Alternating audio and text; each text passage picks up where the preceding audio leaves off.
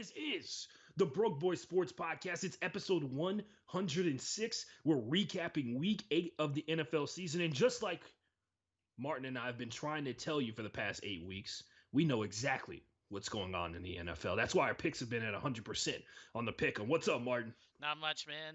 We are recording this on November 3rd, and everybody in America knows that is Election Day, so big stuff going on around the country. Also, big stuff around the country, Ashton trade deadline day in the NFL, and it was a big whamp. Absolutely nothing going on in the NFL trade deadline. Not so even anything to talk about. Yeah, we could talk about it off the top. We all know what that situation was, right? That's money. That's like a money type deal going on. And as this, so they don't have money to, certain teams don't have money to be paying players and investing in contracts and everything like that. A lot of teams, I'm assuming their value point system is changing dramatically. You know what I mean? As time goes on, they're like, what positions are valuable? Like, you couldn't, like, think about this. This is how wild that this trade deadline was. You couldn't get the Green Bay Packers sold on a wide receiver. As Martin and I are Houston Texans fans, and they've been trying to shop Will Fuller for 2 weeks and denied that they've been trying to shop him, even though we all know that they have. They could not sell the Green Bay Packers, who have, at the heart of it all, Martin, one wide receiver, and of course, Devontae Adams. Luckily, their one wide receiver is one of the best in the NFL. And they can't get sold on it for some reason. They wouldn't bend themselves over a barrel and give up those draft picks or whatever. Which, by the way, they would have been bad draft picks to begin with, to be honest with you. But for the most part, man, it's been basically nothing happening. We've heard more about people getting released on Wednesday than we've heard about players actually getting traded. Vic Beasley supposed to be the big guy released on Wednesday, and I'm assuming he's going to get some tryouts pretty soon here. We've heard more about Antonio Brown coming to play on Sunday Night Football. I'm assuming that's when the Bucs play the Saints for the last time this season. Yeah, I think he has a chance to play this week. They said he's going to play. They just said he's not going to play 100% of the snaps, which is, they say that until the game starts and he starts cooking a little bit. So, but yeah, it's been interesting to hear how people magically forget about why Antonio Brown is a free agent. Yeah, exactly, Ashton. We've got a lot to talk about on today's episode, as well as it being week 8. We're also at the halfway point of the season, Ashton, so we're changing things up a little bit here today. We're not going to – there was quite a few injuries to talk about, especially with the 49ers and the Ravens losing their key offensive tackle. But we're going to skim over the injuries and everything. We're going to quickly talk about the fantasy nuke before we get into week 8, and then we're going to talk about the halfway point in the season.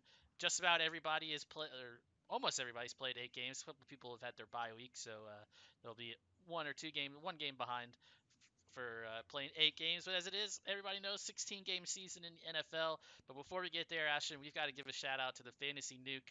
And if you had this guy on your team in fantasy this past week, if you had him in DFS, or if you were betting on the Thrive Fantasy app, which if you go ahead and download on the Google Play or the Apple App Store, you can use that code BROKEBOY and get $20 back when you put $20 down. And he probably hit just about every over you could imagine, Ashton, as Dalvin Cook came in here and dropped 30 carries for 163 yards, 3 touchdowns, 2 catches, 63 yards, and 1 touchdown through the air. It was an absolute he accounted for every single touchdown that the Vikings had this past week, Ashton. So if you were on Thrive Fantasy and you had Dalvin Cook on the over, you're probably sitting pretty happy. Yeah, Dalvin Cook went out there and did something that hadn't been done since the 80s. By the way, did you see a lot of people learn that Ahmad Rashad played football? Mm-hmm. Apparently, a lot of people didn't know that. Ahmad Rashad recent resurgence, because he was a big fixture in the Last Dance documentary, because he spent a good chunk of time. He was actually like legitimately friends with Michael Jordan and just so happened to be a reporter. If you were wondering how Ahmad Rashad was such good friends, it's because it's almost like they have something to connect on like a high level, being high profile professional athletes or something like that, which is exactly what happened. But Ahmad Rashad was one of the greatest transitions in all of media, from player on the field into media person, that honestly a lot of people forget that he was pretty good when he played in the NFL. Yep. So that's and of course one of the greatest of our time. I know he basically defined an entire generation of basketball fans with his interviews and his reports and everything like that, because he was a part, of course, like the NBA Live story. He was the big interview guy for not CBS, NBC Sports, when they did basketball on Saturday, and you got to see him do like these long packages about basketball backgrounds and everything like that. So a lot of people apparently relearned who Ahmad Rashad was, or realized that Ahmad Rashad played football. One of those people being Donovan Mitchell, which is hilarious because that's how old I am. I know that Ahmad Rashad played football and Donovan Mitchell, NBA superstar, did not. So yeah.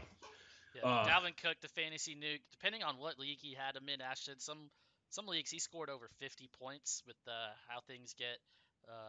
If you get bonus points and stuff like that for having 150 yards rushing or scoring multiple touchdowns. But Dalvin Cook, you and I don't think either. Did you pick the Vikings? I can't really remember. I don't have to pick them pulled up because we just wanted to kind of skip. We kind of wanted to skip over that. No, I definitely didn't pick the Vikings. I knew that. I was all in on the Packers.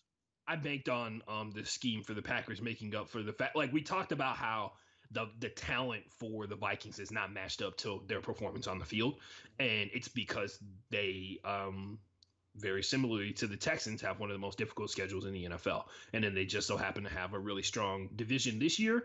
And I can tell you right now, based off of, we'll talk about strength of schedule a little bit later on. The Packers are for real. Everybody else highly skeptical. Everybody else, literally everyone else, highly skeptical. And we'll talk about that a little bit later on at the end of the show when we look at, because we're going to do, Martin, let's let the people know. We're going to do all the things that people hate about this time of the year because we're at the halfway point of the NFL season. We're going to do, he's on pace for, we're going to be on pace guy. It'll be interesting to see because it's wild how it shakes up sometimes, but we're going to be on pace guy. We'll break down the games. And then at the end, we're going to do a classic, a true classic. If the playoffs started today, this team would be. We're also gonna do midseason picks for end of the year awards. So it'll be for MVP, Defensive Player of the Year, Offensive Player of the Year, Most Improved. And I don't think we did Most Improved. I think we did Rookie of the Year. We put on there, and I think that's kind of cut and dry with like Justin Jefferson. Maybe we'll have a discussion about that. I think Joe Burrow is a Rookie of the Year. Okay, see, there we go. See, now we got a discussion here because I would say that Justin Jefferson being able to thrive in spite of Kirk Cousins being his quarterback is far more impressive than anything that Joe Burrow's done this year. Even though Joe Burrow, by the way, Joe Burrow has the most 300-yard passing games for a rookie quarterback ever. We're halfway through the season. It's pretty wild. Yeah. But speaking of halfway through the season, Ashton, it's week 8. Let's blaze through the rundown. No Texans game this year, so we're going to lead off with the Steelers and Ravens. Billed as the best game going into this weekend, and it did not disappoint. The Steelers improved to 7-0 on the year. The Ravens now 5-2. The Steelers win 28-24. It came down to the wire. That's what you want to see when you're watching these like highly billed.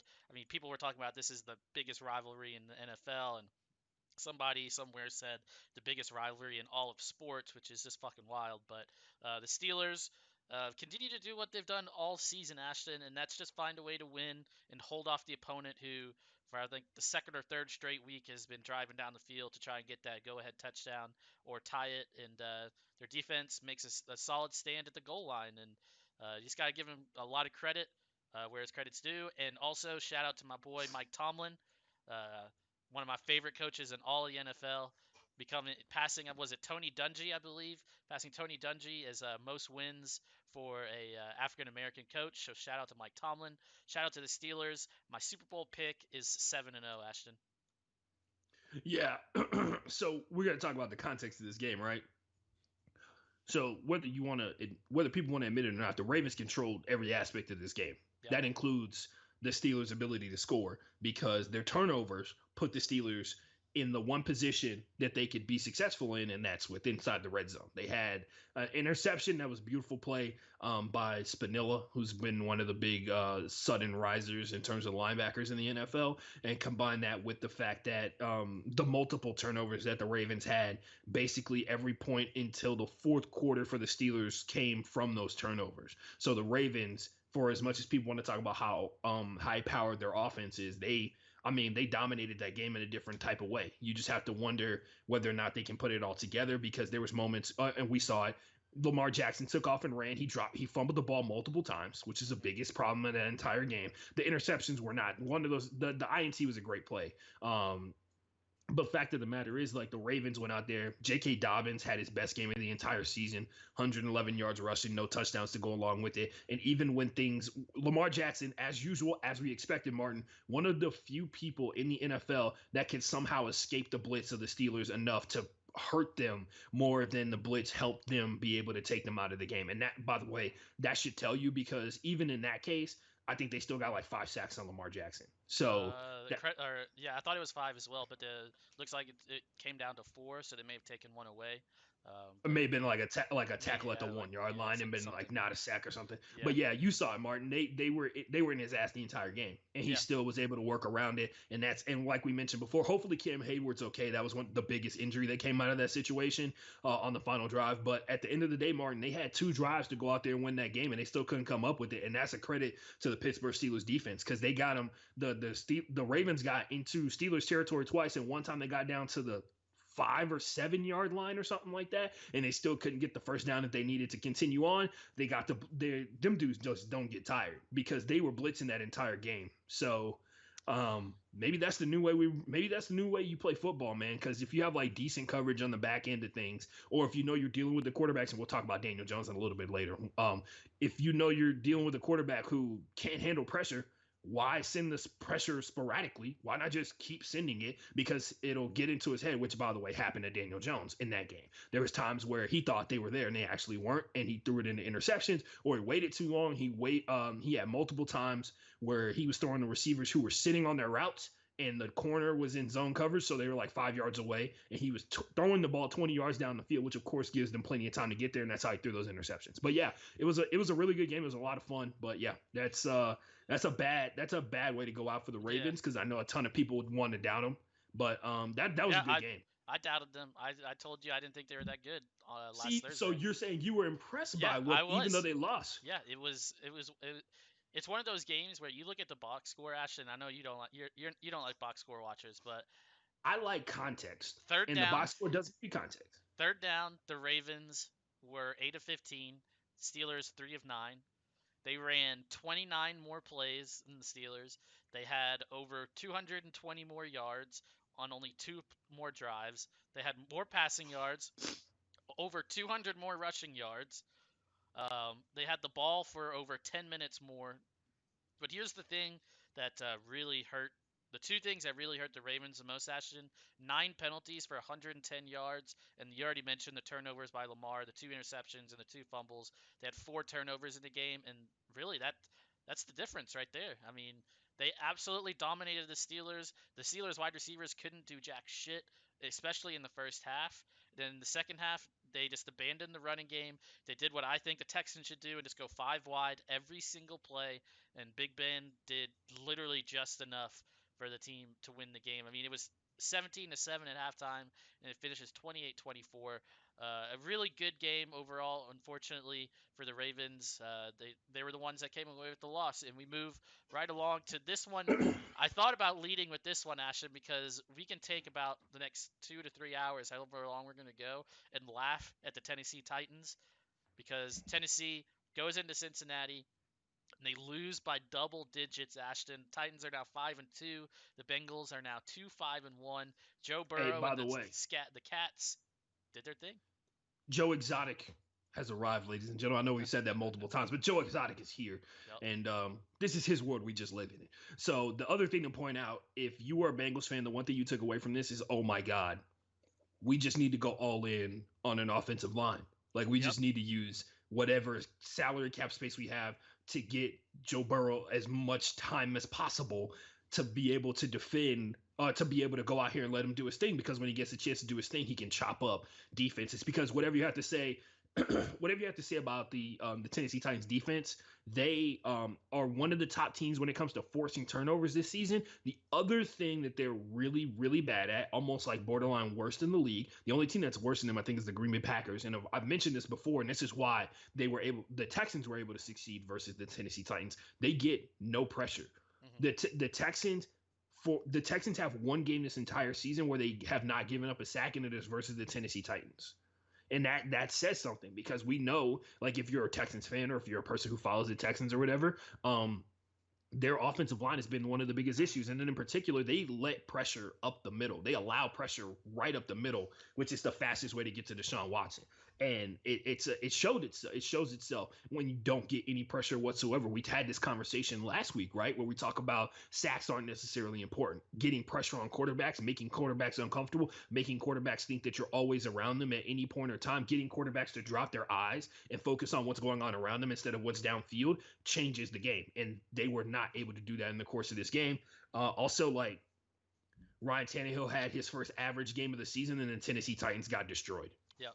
He Says all finally, you need to know. yeah, I mean, Cincinnati jumped out to that really early lead, and Ryan Tannehill is not a quarterback designed to bring his team back from as far down. Like, what was it? It was only 17-7. I didn't realize. I thought it was. I didn't realize. I thought Tennessee didn't score in the first half, so they weren't down as far as they were. But I mean, you're asking him to come back from 10 points. Um, I mean, did they do that against the Texans? I can't think off the top of my head if the Texans ever had a 10-point lead So against them. The Texans at one point were down and then came back on the Titans. Okay, yeah, that's right. Yeah.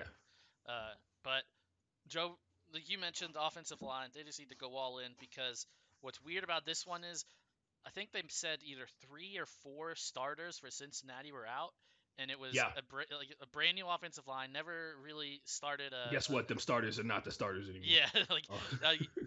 I mean, like you said, Tennessee doesn't get any pressure. It's been so bad for Tennessee that they've literally just cut Vic Beasley, and between Vic Beasley and Jadeveon Clowney, $21 million this past season or this season we're talking Between about. Vic Beasley and Jadeveon Clowney, their best pass rusher is Harold Landry. Yeah, So, it's wild. Tennessee, they're struggling on the defensive side of the ball despite being 5-2. The Bengals, they're just having fun, man. Joe Burrow going out there. I don't know, Ashton, if you saw the video that Baldy is that his name, the guy on Instagram that Baldy breaks down. Yeah. Yeah. So he actually was on the what game was he on? I think it was the Colts Lions game. So he's a CBS analyst. Oh, okay. But yeah, Martin's talking about Baldy breakdowns, which is a thing you should check out on Twitter. It teaches you a lot about football in a short amount of time. Also, he's hyping. Also, he's got like this quiet kind of hype. Like he's just like, yeah, you look at this guy and you see it. You see he's got a rugby background. He actually created a controversy over whether or not Jason Peters should come back at right tackle for the Eagles with one of his breakdowns of the replacement guy who was like an ex-rugby player. And it was literally like he may have missed his block and the team may have fumbled on this play, but look at this hustle. And he shows the hustle. Also, he like spear tackles the DB who gets the ball and forces him to fumble again, and then they almost recover the fumble. He's like, you don't get that from every kind of offensive lineman. So yeah, Baldy breakdowns is like one of the best things on Instagram and on Twitter. So definitely check it out. Yeah, he broke down a pass that Joe Burrow threw, I think, to Higgins. It was either Higgins or Boyd. By the way, T. Higgins kind of warming up, y'all. Yeah, if you're not paying attention, T. Higgins, another Clemson wide receiver, warming up really, really well in the NFL. Well, Baldy did a little breakdown of Joe Burrow. He talks about the offensive line being brand new, and they literally give him like almost a perfect pocket. The running back picks up the blitz, and the wide receiver is running a crossing route, but there's a defender there. So Joe Burrow, while the wide receiver has his back to him, just throws the ball to a spot, and his wide receiver just magically, like, I don't know, unless Joe Burrow like yelled his name and he heard it, he just literally just turns around and the ball is in his hands like as soon as it's a crazy play. Go to Baldy. I don't really know the off the top of my head on Instagram, but go check him out. Hold on, I'll look it up. Yeah, just if you literally check out Baldy's breakdowns, so Baldys breakdowns, and it'll come up. So let me see if I follow him straight up on while Twitter. Ashton does that, I'll move on to the next game. Yeah. Here it is. It's at Baldy NFL. So at capital BALDY capital NFL. He's one of the best. He's one of the best in the game. He's a hype machine. He's a hype beast. Yeah, ever since Ashton showed me his account, I've been following and watching along. But it was a crazy play to see Joe Burrow pull that off, and the wide receiver to just snag the ball out of the air as soon as he breaks back to his right. Anyway, next game on the list, Vikings Packers. I put this one up here, Ashton, because of all the games this past weekend. We mentioned in the nuke. This may be the surprise result of Week 8. The Vikings improved to 2-5. Packers 5-2. Of course, these guys played Week 1 of the season, and there was a lot more points scored. So the Vikings did their homework. They came back. They shut down the things that the Packers did well in Week 1 and came out with a victory. And Dalvin Cook, I mean, the Vikings scored 28 points, and Dalvin Cook 4 touchdowns. It's impressive. The Packers, of course, still got a couple of injuries. Aaron Jones not playing still. Devontae Adams couldn't really get open. But other than that, it was really just the Dalvin Cook show in this one. But I was just surprised by the result. Yeah. Once again, that we talk about the importance of the All 22 film, and this may be this game may be the most valuable footage that any team can have coming out of this week, because it was a blueprint of a team that has a deep understanding of what the Packers are good at in terms of like what their individual players are good at, on top of like what Aaron Rodgers is good at, also what Matt LaFleur likes to do, because they've already played him 3 times now in his time with the Green Bay Packers. Yeah. So they picked up on his tendencies almost instantaneously or really quickly, and it shows in the way that they play him all the time. The first time they smoked him, and then this time the second time around, that's how good the NFL is. You play somebody twice in the same year, and it's like it can be a completely different story with the way that they operate. And I think what they utilize is a game plan that doesn't require a quarterback to be a Superman to beat the Packers, which means it is doable by a lot of teams in the NFL. So it'll be interesting to see if other people pick up on something that the Vikings did in particular, because when you break it down, they had so many injuries in the secondary. Most people don't even know who's out there. They have a rookie number 1 corner, and they have some good safeties, right? And I would dare say that I would clearly say that there are better secondaries out there in the NFL that have the ability to go out there and beat the Packers on any given day. And I get it, Aaron Jones was hurt, and it's actually going to get worse for the Packers because of what's happened recently. A.J. Dillon, one of their rookies, from Florida State or Boston College, I forget where A.J. Dillon went to college at. But yeah, A.J. Dillon. Yeah, A.J. Dillon is right? The quad monster that is A.J. Dillon. That's his thing. He's got gigantic quads. Go figure. Running back in the NFL has gigantic quads to be able to run through people and shit. But yeah, A.J. Dillon is he's COVID positive. Hopefully he's gonna be okay and 100%. But they've taken the league has deemed Jamal Williams and another linebacker close proximity, which of course is based off the trackers and everything that they have attached to each one of the players and stuff like that, based on the time that they spent close enough in close proximity to A.J. Dillon. They are possibly not available for Sunday. For the next 5 days, they will have to be tested every single day, and they will have to test negative every single day for them to be eligible to play on Sunday. No, it's Thursday. No, yeah, so they're not. Green Bay and San Francisco on Thursday. So there's there's no way, right? Like the Packers are calling up dudes from practice squad, and they're hoping that Aaron Jones' calf is healed up. Yeah. So that's what's gonna happen. That'll be an interesting one there. Devontae Adams, not a weird stat line, but he had 3 touchdowns, but only 53 yards. One of those like odd, like a Mike Evans style stat line, That's what we call efficiency. That's what we call efficiency. A long of 15, had 12 targets, 7 catches for 53 yards, but 3 touchdowns on the day. Justin Jefferson had a quiet day. So far, his 2 worst games of the season have actually come against Green Bay. So it's so interesting. Sometimes when I like Ashton, as much as you don't like the box score, I sometimes go in and look and like how the hell. Some of it does, because it doesn't reflect what happened in the game sometimes. Like those 53 yards can be the difference between winning and losing, right? Like that. You know what I mean? Like somebody could have a 100-yard game and get a 99-yard run and then have 12 carries for less than 1 yard, or like for negative yards or something like that. So, yeah. But it's like the Minnesota receivers. Kirk Cousins only threw the ball 14 times. They literally ran the ball 30 times. Actually. Yeah, but like the receivers did nothing. Mark, it was very clear what the game plan was, and it was not only to keep the ball out of Aaron Rodgers' hands, it was also keep the ball out of Kirk Cousins' hands. Yeah. And that doesn't say anything about a dude that you just paid an extension for what $60 million to. Yeah.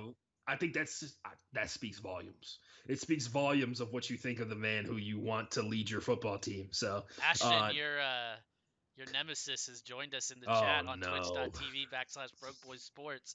Frosty Nugg showing his face, Said Cook at 200 yards. Green Bay pass defense is decent. Run D, not so much. Yeah, when Dalvin Cook pops, I mean Dalvin Cook can pop off on anybody, but I mean when you have a division opponent put up 200 yards and 4 touchdowns on you, something ain't right. And I think Green Bay is gonna have to go back to the drawing board. And they don't have a lot of time. Like we said, they're playing on Thursday, so. Uh, Yeah, ain't no drawing board, man. It's like, hey, do we're gonna you go just back throw out here. this We're one gonna out? run.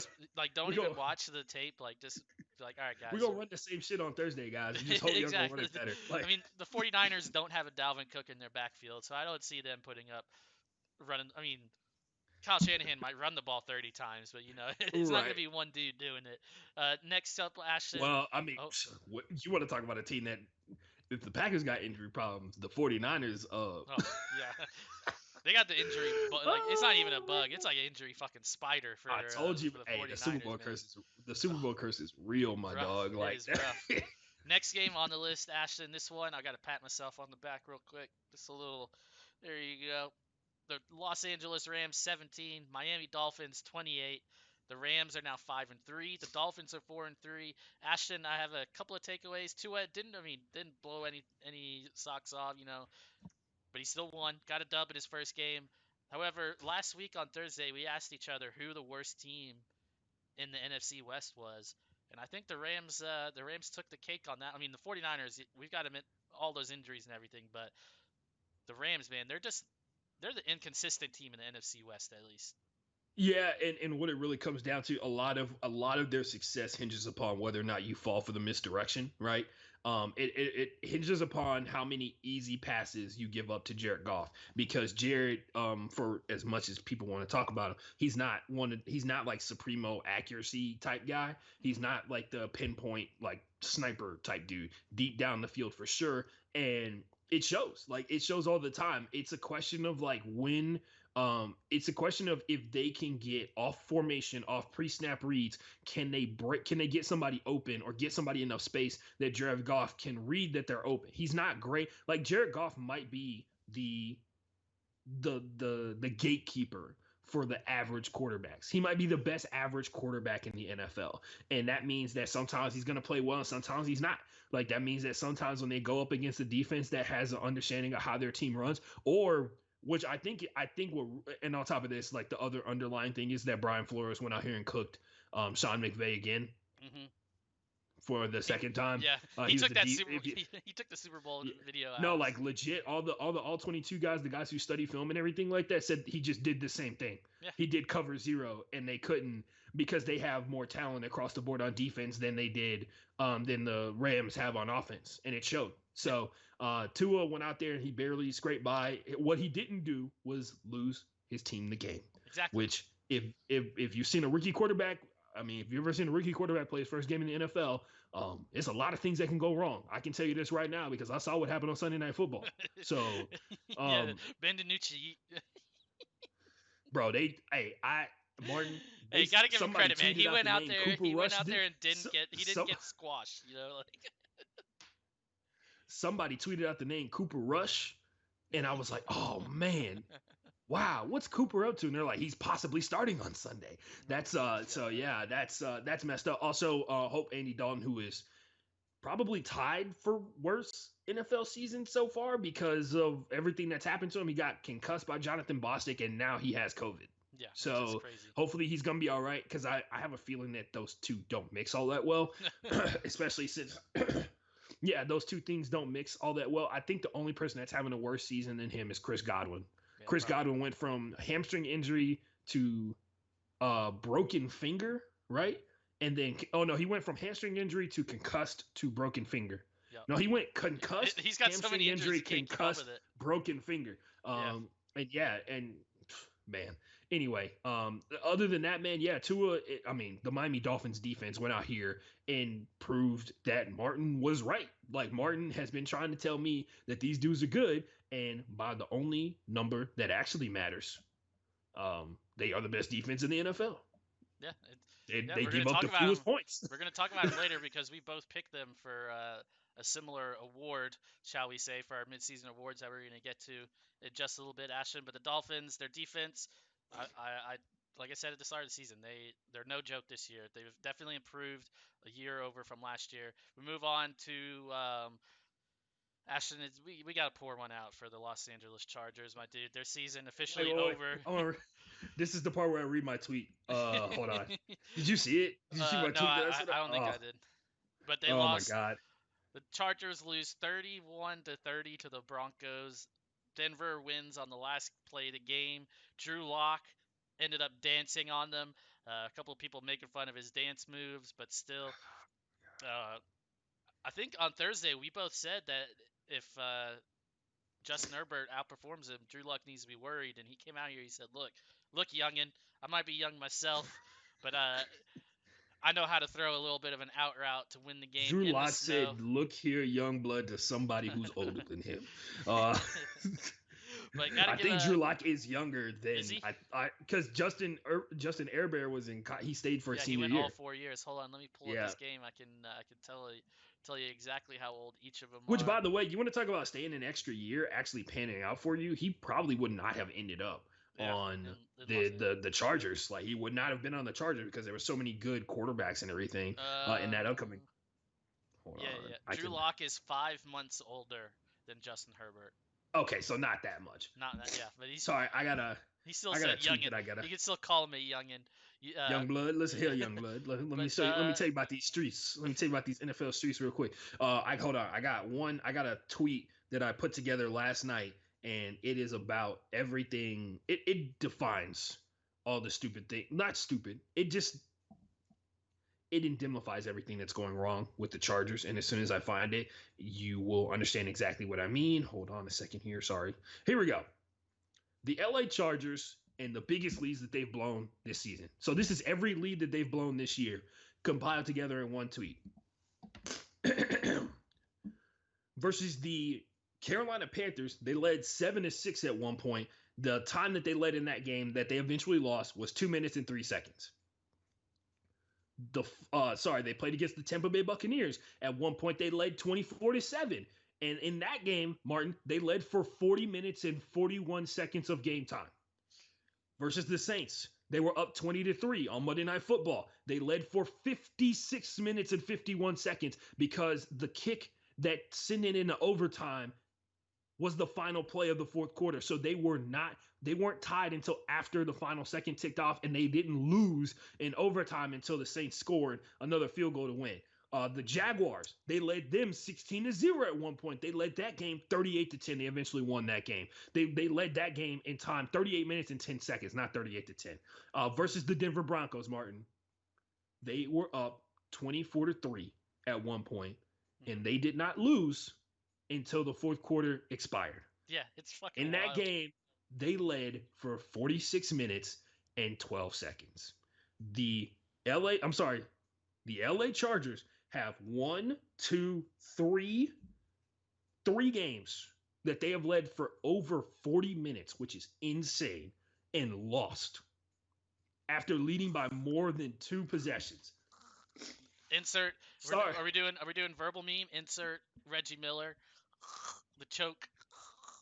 Because if anybody know, that's one of my favorite gifs to use. You know, when you choke, I go straight to the Reggie Miller, just looking straight at you, just like that. But the catalyst for the Denver Broncos coming back was Phillip Lindsay's 55-yard run mid-third quarter. From that point on, what was it? It was 24-10 after that, and then Los Angeles scored. So the Broncos don't have any good running backs because they have 2 good ones, so they don't have one good one. Right? Yeah, they still so haven't they have figured it out. Melvin Gordon and Phillip Lindsay panning out for him so far. Also taking a lot of pressure off Drew Lock. Mm-hmm. Also, they lost another starting wide receiver. Tim Patrick is out. Yeah, Patrick's out. Jerry Jeudy had 10 targets. Deshaun Hamilton had 5. Noah Fant had a decent game, 9 targets, 7 catches, 47 yards. KJ Hamler with the game-winning catch, though. Yeah, 3 catches, 13 yards, and of course the game winner. Mike Williams showed up, 5 catches, 99 yards, and a touchdown. Keenan Allen actually had a throw, didn't complete it though.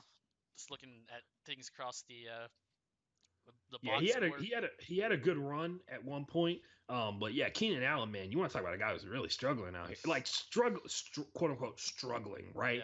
But yeah, he's not having his kind of year. And it may be because of the quarterback situation. But hey, at least you can't. Martin, the best thing about the Chargers is when you have one of their offensive players, they got to keep swinging. They love to get up big. And then when the team starts coming back on them, they got to keep going out here and throwing the ball. So if Yeah, you they don't have a had, running back. They lost yeah, Austin Eckler, so I mean, they had oof, 200 yards on the ground still, but they just couldn't maintain it. And it's another game, Ashton, where the losing team outgained the winner by over 130 yards. Denver had one more drive. Like Denver had one more drive than Los Angeles did, and oh, the Chargers put up fuck. 485. 4 straight games where the Chargers are blowing a 16 plus point lead, Yeah. at Uh, least a 16-point lead. And uh, also can keep the streak alive of another week where a team has come back from 16 points down. also, Shout out to the Chargers, bro. yeah. Also, the Chargers had the ball for 11 more minutes. Like, tell me Elias Sports Bureau, hit me up. When's the last time you had two teams or like multiple teams in a week out yard the loser out yards the winner by 150 and also has 10 more minutes on the time of possession clock. Those are the type of stats that where's my Amazon what are the next gen stats? Where's Yeah. that at? Like, come on. Those are the type of stats I need, not the silly how high in the air Russell Wilson throws his ball. But anyways, we move on. The Saints take care of the Bears 26-23. This game was a struggle to say the least for both teams. The Yeah. Bears defense continues to prove why they are up there in the top 3, top 5 overall. The Saints just continue to struggle without Michael Thomas on offense. It's the Alvin Kamara show, and nobody's been able to stop it yet, Ashton. I mean, 5-2 for the New Orleans, 5-3 for Chicago. I mean, that's all Chicago's got to hang their hat on is their offense stinks, but at least they're 5-3. Yeah, so the biggest thing to take out of this is if you didn't see it, there's a shit ton of tape on Drew Brees' shoulder for some reason, and I don't think anybody was really pointing it out. If you look underneath his throwing arm shoulder, you can see it kind of slip out from underneath there. It's like KT tape and a pad type thing going on, Mm-hmm. which is interesting. He also had multiple throws where um, he sent a carrier pigeon out of his arm to the to the other team. But yeah, this is a back and forth type of game. Also another terrible rushing game for the Browns. I'm sorry, another terrible rushing game for the Bears. And it kind of undid them at the end on this one because really the Saints had control of this game from the start, and the Bears came back on them. And Weems, a lot of people saw that fight. Also, somebody did a full breakdown, and they went back and they found the footage of where Chauncey Gardner-Johnson, who I follow on Instagram, is pretty funny. Follow him on Instagram, who went out and he ripped Weems's mouthpiece out of his mouth, like which is messed up because, right? like, yeah, it's messed up because it can mess it wasn't even a play before. It was a play, and then a turnover happened. They punted the ball. The Saints got back on offense. Oh. And then there was like a change of clock. And so he had to wait like 20 minutes to get back out on the field with him. That was like there was a whole tweet that I retweeted. You can go look through all my retweets or whatever. I saw the video, but I thought it was like play to play. No, it was like they broke it down in the comments where they're like he had to sit on the sideline for 20 minutes, mad as fuck about him ripping his mouthpiece out or whatever. And he went up to him. And by the way, for some people thought it was like a fake chain snatch that he went up and tried to do to Chauncey. It was him ripping out his mouthpiece and then punching him in the side of the head. It wasn't him trying to get his attention. It was him trying to do what he did back to him, hitting him in the head. And then he said something where like Chauncey spit on him. I didn't see.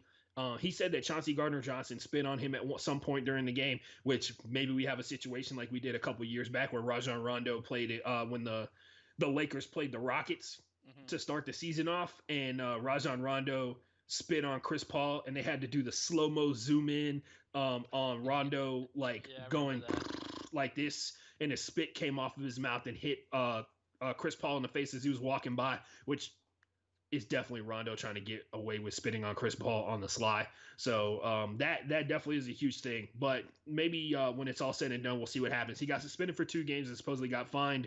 Another big fine that came out of this week as well is apparently $5,000 fine for wearing your socks too low. No, yeah, the Steelers wide receivers, right?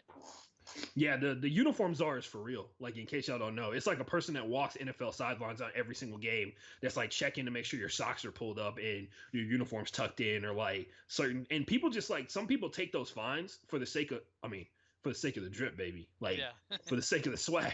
for the sake of the swag. Like some people also take those fines just because they want to be comfortable in their already uncomfortable uniform with football pads and everything on. So they take those fines. You see Marcus Peters plays football games without socks on sometimes. By the way, that's how I knew playing the Steelers was a special occasion. He had football socks on. He had them taped up to make sure. So, but yeah. Anyway, that's this weekend NFL fines. Everybody, there you go. I wish they had a website where they just had all the fines listed out there. Like, yeah, this is all the fines we gave out for week 8. Surprised Darren Ravel isn't on top of that. Anyways, this game was tough to watch. Kind of any game, like I've said, the Chicago. Have I said Chicago's field is trash before? I believe I have. Any game that I watch on Chicago's field is just rough to watch. Everything slows down.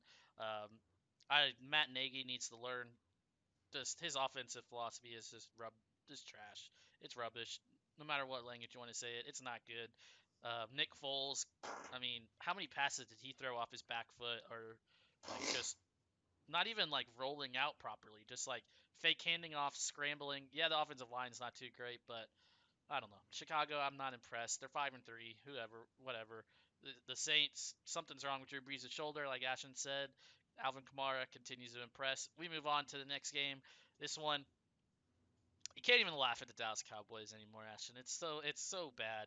Philadelphia 23, Dallas 9. The Cowboys are now 2-6 on the season. The Eagles 3-4-1.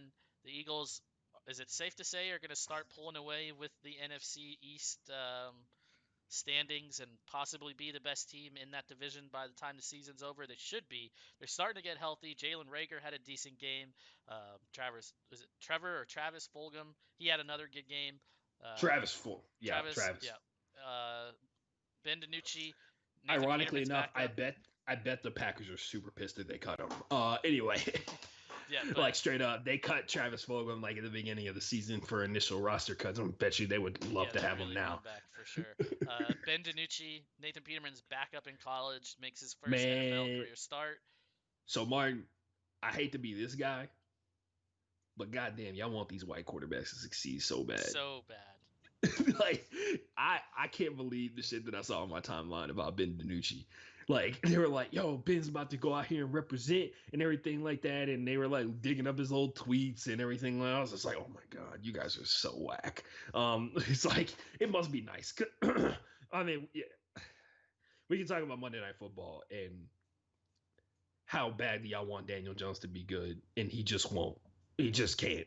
He just won't. And then I reiterate again, Dwayne Haskins got pulled from his starting job 10 games into his NFL career. Daniel Jones has 34 turnovers this season. Yeah, it's ridiculous. He is on pace for 68 turnovers this year. Just want to put it out there. Anyway. Yeah, the Cowboys continue to struggle. No offensive line, so Zeke can't really get going. The wide receiver core didn't really help DiNucci too much. They were getting guarded too much. They weren't really getting open. And when didn't seem like they was really putting that extra effort to go out there and get the ball either. No, it's one like, of the. There was some like DiNucci was kind of like. They were just trying to get through the motions. This is a lost season for them. I mean, you don't have to. Why try? I will say, what I'm saying? Why try? I will say they should definitely take that. I mean, they took an intentional safety, which Mike McCarthy with the big brain move here, the right? analytical people are like, "What the fuck?" But it made sense. They're like, no, you take the points, you idiot. Like, well, it makes sense because you're gonna give them the ball on fourth down anyways, late in the fourth quarter. So why not? Because you can basically onside kick it, but kick it in the air, which is fucking weird. It's definitely an attempt to anticipate. It's definitely an attempt to throw off the schedule of the game by surrendering on your entire drive where you could have scored the touchdown that you needed. But that's how little faith he had in the offense. Which, hey, I respect it. I don't care. Do whatever you feel is right, Mike McCarthy. Because guess what, baby. It might be the last go around for you real quick in this bitch. So, do you think is there a possibility he gets fired? After what I just saw with Jason Garrett, my man, like, don't forget Mike McCarthy got his job because he had a sleepover with Jerry Jones. And honestly, man, he's got a built-in excuse of the whole Dak Prescott thing, which by the way, Dak Prescott has still scored more points than the Cowboys have in since he got hurt in the final quarter of when he had 24 points in the final quarter of his entire season, and the Cowboys have not scored 24 points in the last 3 games. Yeah. Combined. I mean, that's what happens when you stuff your stats, Ashton. We move on to the Atlanta Falcons and the points are not stat stuffing. Points are scoring points. Atlanta Falcons, Thursday Night Football. They take care of the Carolina Panthers. I think it's officially time, Ashton, that we stop supporting the Carolina Panthers because, again, another week where we both are. Actually, did you take Atlanta? I think Teddy you took Bridgewater Atlanta in this one. Teddy, let us love you. Yeah. We want to so badly. But yeah, Teddy Bridgewater and the Carolina Panthers. By the way, this game was pretty good from the top. From overall, minus the part where Teddy Bridgewater got knocked out of the game. It was cool to see PJ Walker play. Yeah, we had PJ coming for a minute. Yeah. Former Houston Roughneck. He only took one snap, though. Yeah, and I think his snap was like that little toss pass thing, right? Where like it was to Curtis Samuel. Yeah, he couldn't even complete the out route. By the way, stop throwing out routes. I mean, I don't know how many times I can preach that. Because I guarantee if you look at the number of pick sixes in the NFL that have been thrown this season and what route they've been thrown on, I'm pretty sure it's out routes. Yeah, I mean, the ones that come to my mind are Brady and Rodgers. They had, what, like 3 or 4 combined out routes returned for touchdowns? It's crazy. Just stop throwing it. I think they're tied. Oh, no. Brady's, by the way, still tied for the NFL lead for pick sixes so far. Yeah. I think it's with Daniel Jones. One of the very few stats that they are tied. You and I are exactly the same in this one category, Daniel Jones. Oh, can we ever go back to the Saints-Bears game real quick? And I just want to, as a producer in TV, can we stop with the fucking breaking news between Drew Brees and Tom Brady each time that they because ESPN did it right. ESPN did it right on Monday. They put up the graphic. They did a little seesaw with Peyton Manning in the middle. They had Tom Brady on one side. They had Drew Brees on the other. And they literally talked about how all this season, until their careers are actually until they're retired, they're going to go back and forth. How Fox, which for some reason they picked the Saints Bears as the America's game of the week, and when you and I both agreed that it should have been the Seahawks 49ers, but they must have known Seattle was going to blow out San Francisco. But so in the New Orleans game, if you were watching it, they literally had a breaking news ticker from like Drew Brees' first touchdown to the end of the game about how he'd passed Tom Brady for all-time career passing touchdowns. You guys know they're going to do this each and every week. There's no reason for a breaking news ticker on that because I see the red flashing breaking news thing. I think something's fucking going on in the world. I don't think, oh shit, Drew Brees has just passed Tom Brady again, dude. Like it's just, why are we doing it? Why? Like just. And we all know, like at this point, it's got to be. By the way, they're just copying and pasting the same thing, right? Exactly. They're just changing the number by like 1. So side note, no, I sit back and I wonder. I'm just like, who's telling you? Who's giving you the okay for that? Right. Because it's just how it's gonna be. And then guess what, Martin? Guess what's gonna happen on Sunday Night Football this week? Again, Tom Brady. They're gonna do it. They're gonna do it like 4 times. They're gonna do it. Oh yeah, because they play each other, right? Whatever stadium that they're in, they're gonna do like our guy just became the all-time leader in passing touchdowns, and then of course ignore it when Drew Brees does it, and then bring it. And of course next week, they'd have to play each other in the playoffs, which is possible because we'll talk about it in a little bit here. The NFC South, as usual, the home and real like lifeblood of chaos in the NFL. We'll talk about that a little bit later on. But yeah, no, Martin, I 100% agree. I tweeted about this, and they're like, yo, we know, like people who watch football, we know what the joke is, and other football fans, like casual football fans, don't care, right? So, anyway, moving on. Yeah, it's just ridiculous. Falcons-Panthers game, a lot of rain in this one. Carolina just couldn't get it done in the end. Atlanta holds on for their second win under Raheem Morris. Best defensive performance for the Falcons so far this season. Yep. Raheem Morris, by the way, ineligible to be head coach for the Falcons next year because he has that one loss. Yeah, he had to go 11-0 to go to be considered. So he is no longer in consideration for the Atlanta Falcons head coaching position, although the Falcons are playing significantly better under his leadership in divisional games. By the way, they've had 2 divisional games so far, and they have won both of them. Yep. So, yeah. Next on the list, this game is, for me personally, the most infuriating game of the entire week. And Ashton, it's because I had Kyler Murray in my fantasy league on bye. All week, I had Kirk Cousins as my quarterback. And then on Thursday, when we were breaking down the games, I said, I can't believe I have Kirk Cousins as my starter. And then I was talking to the guy who I was playing this week, and he was like, "Are you really starting Kirk Cousins? Are you really starting Kirk Cousins?" I was like, "Oh, I don't want to. I don't want to." He had Teddy Bridgewater because his quarterback, Deshaun Watson, was on bye. And so Teddy Bridgewater only scored about 12, 13 points in our league, whatever it was that he finished with. So Sunday rolls around. I was like, you know what? I'm feeling frisky. I'm not going to go with Kirk Cousins. I'm going to go with Baker Mayfield. And it bit me in the fucking ass. The one time in my entire life, or since Baker Mayfield has been a thing in football, that I've been on board with him as a quarterback. I go in and I say, you know what? He's going to do it against the Raiders. He's coming off his best performance ever as a pro. And Ashton, he comes in and gets me 5 points in fantasy. An absolute Love it. I mean, the Browns, they're brown for a reason because they're shit sometimes. The Raiders from Las Vegas, they're now 4-3. Cleveland's now 5-3, 16-6. This one, I don't know if you saw the first field goal attempt for the Raiders, but there was 50-mile-an-hour winds from right to left. Their kicker tried to put it down the middle, and it goes down the middle for a couple of seconds, and then the wind's just like, nah, you're missing this one. And it sends it fucking to the left.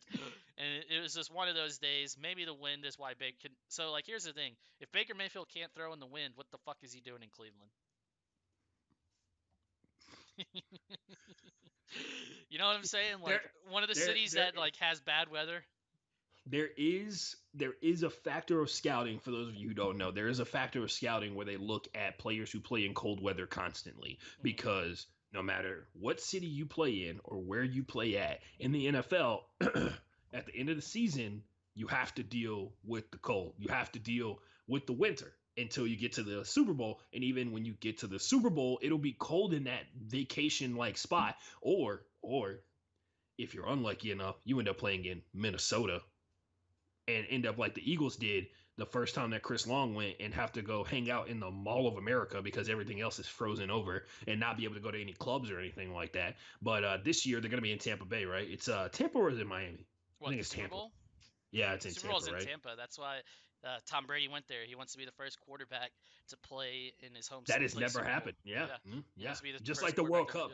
Just like the World Cup, no country that's ever hosted the World Cup has actually won it. England back in 1960. Oh wait, hold on. You got to check that. Yeah. That's like a long prevailing stat that no team has ever hosted the World Cup and won it. 1960, host country England, champion England. Okay, excuse me. You think you're gonna get that one stat past me? Did you see Shakhtar got lit up? Huh? Oh yeah, 6-0. Shakhtar got lit up 6-0. Who was it? By the German team? Yeah. The locomotive team or whatever. Which, by the way, dope name. Not gonna lie. It was the 1966 World Cup, not the 1960. 1966. What a time to be alive. My dad was 5 years old when England won the World Cup, and they did it in England. Yeah. I wouldn't know. The closest that America's ever gotten to winning the World Cup is that one time they got smoked by Belgium. Yeah. But if we're going to talk soccer, their team right now is pretty impressive. Yeah, they announced the roster yesterday, or was it today? Earlier today. One of the two. Sergio Dent's made it.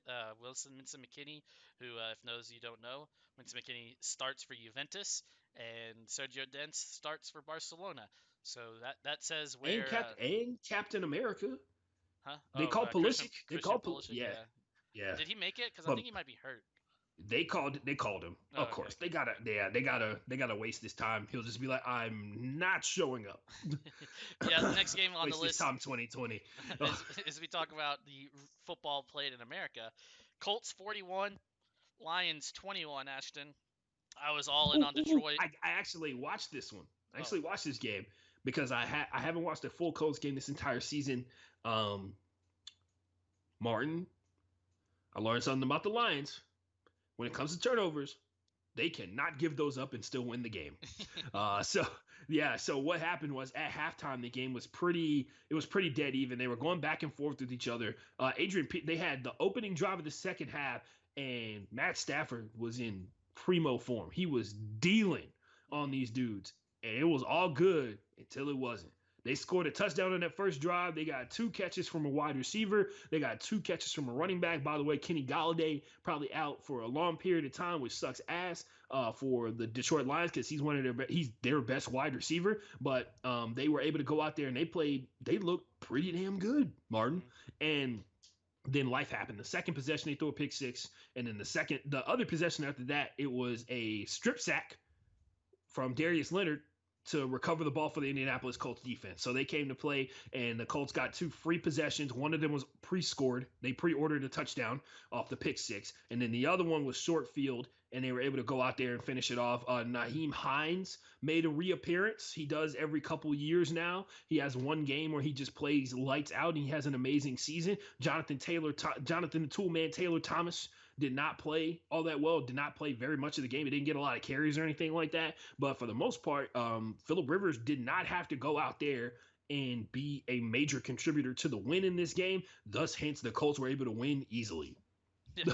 So the fact that the Colts put up 41 points and T.Y. Hilton had 2 catches for 9 yards is just astounding. T.Y. Hilton was also hurt in the second quarter. Oh, okay. Yeah, he got hurt in the second quarter and did not play for the rest of the game, so that's why it looked like that. Oh, okay.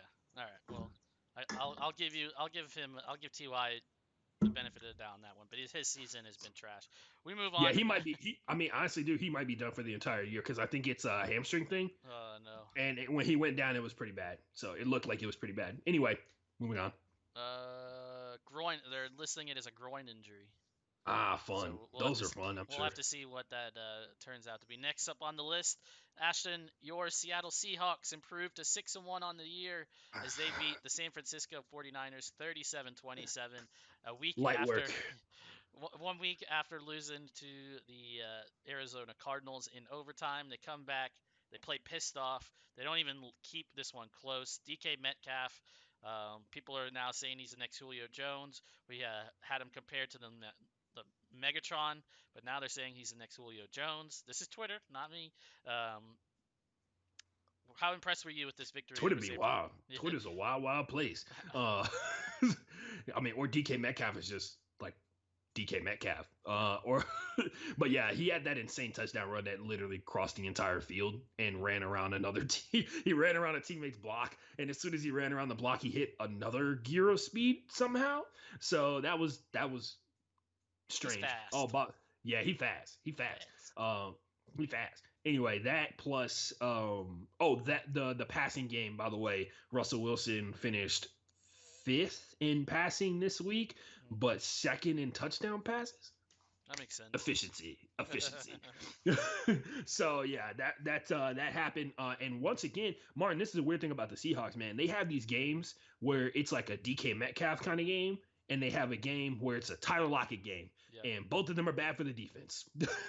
Both of those games are bad for the defense. So it's really weird how it's almost like Drew Brees-esque, where it's like, yeah, I mean, who knows who's going to get the ball today? You know what I mean? Back in the day when Drew Brees used to have like 5 wide receivers and one of them would go off for 150 yards and everybody else would get like 15 yards across the board. You're like, who knows who's going to go off today? I have a number 1 wide receiver, but I throw to who's open. Anyway, yeah, they're looking pretty good on offense, man. They had one of their better defensive performances the entire season. If you did not see it, the big news coming out of this one was not that the Seahawks kicked their ass. It is that, once again, Jimmy Garoppolo is done indefinitely. They're talking about at least 6 weeks, which basically means that his season is over because by the time he comes back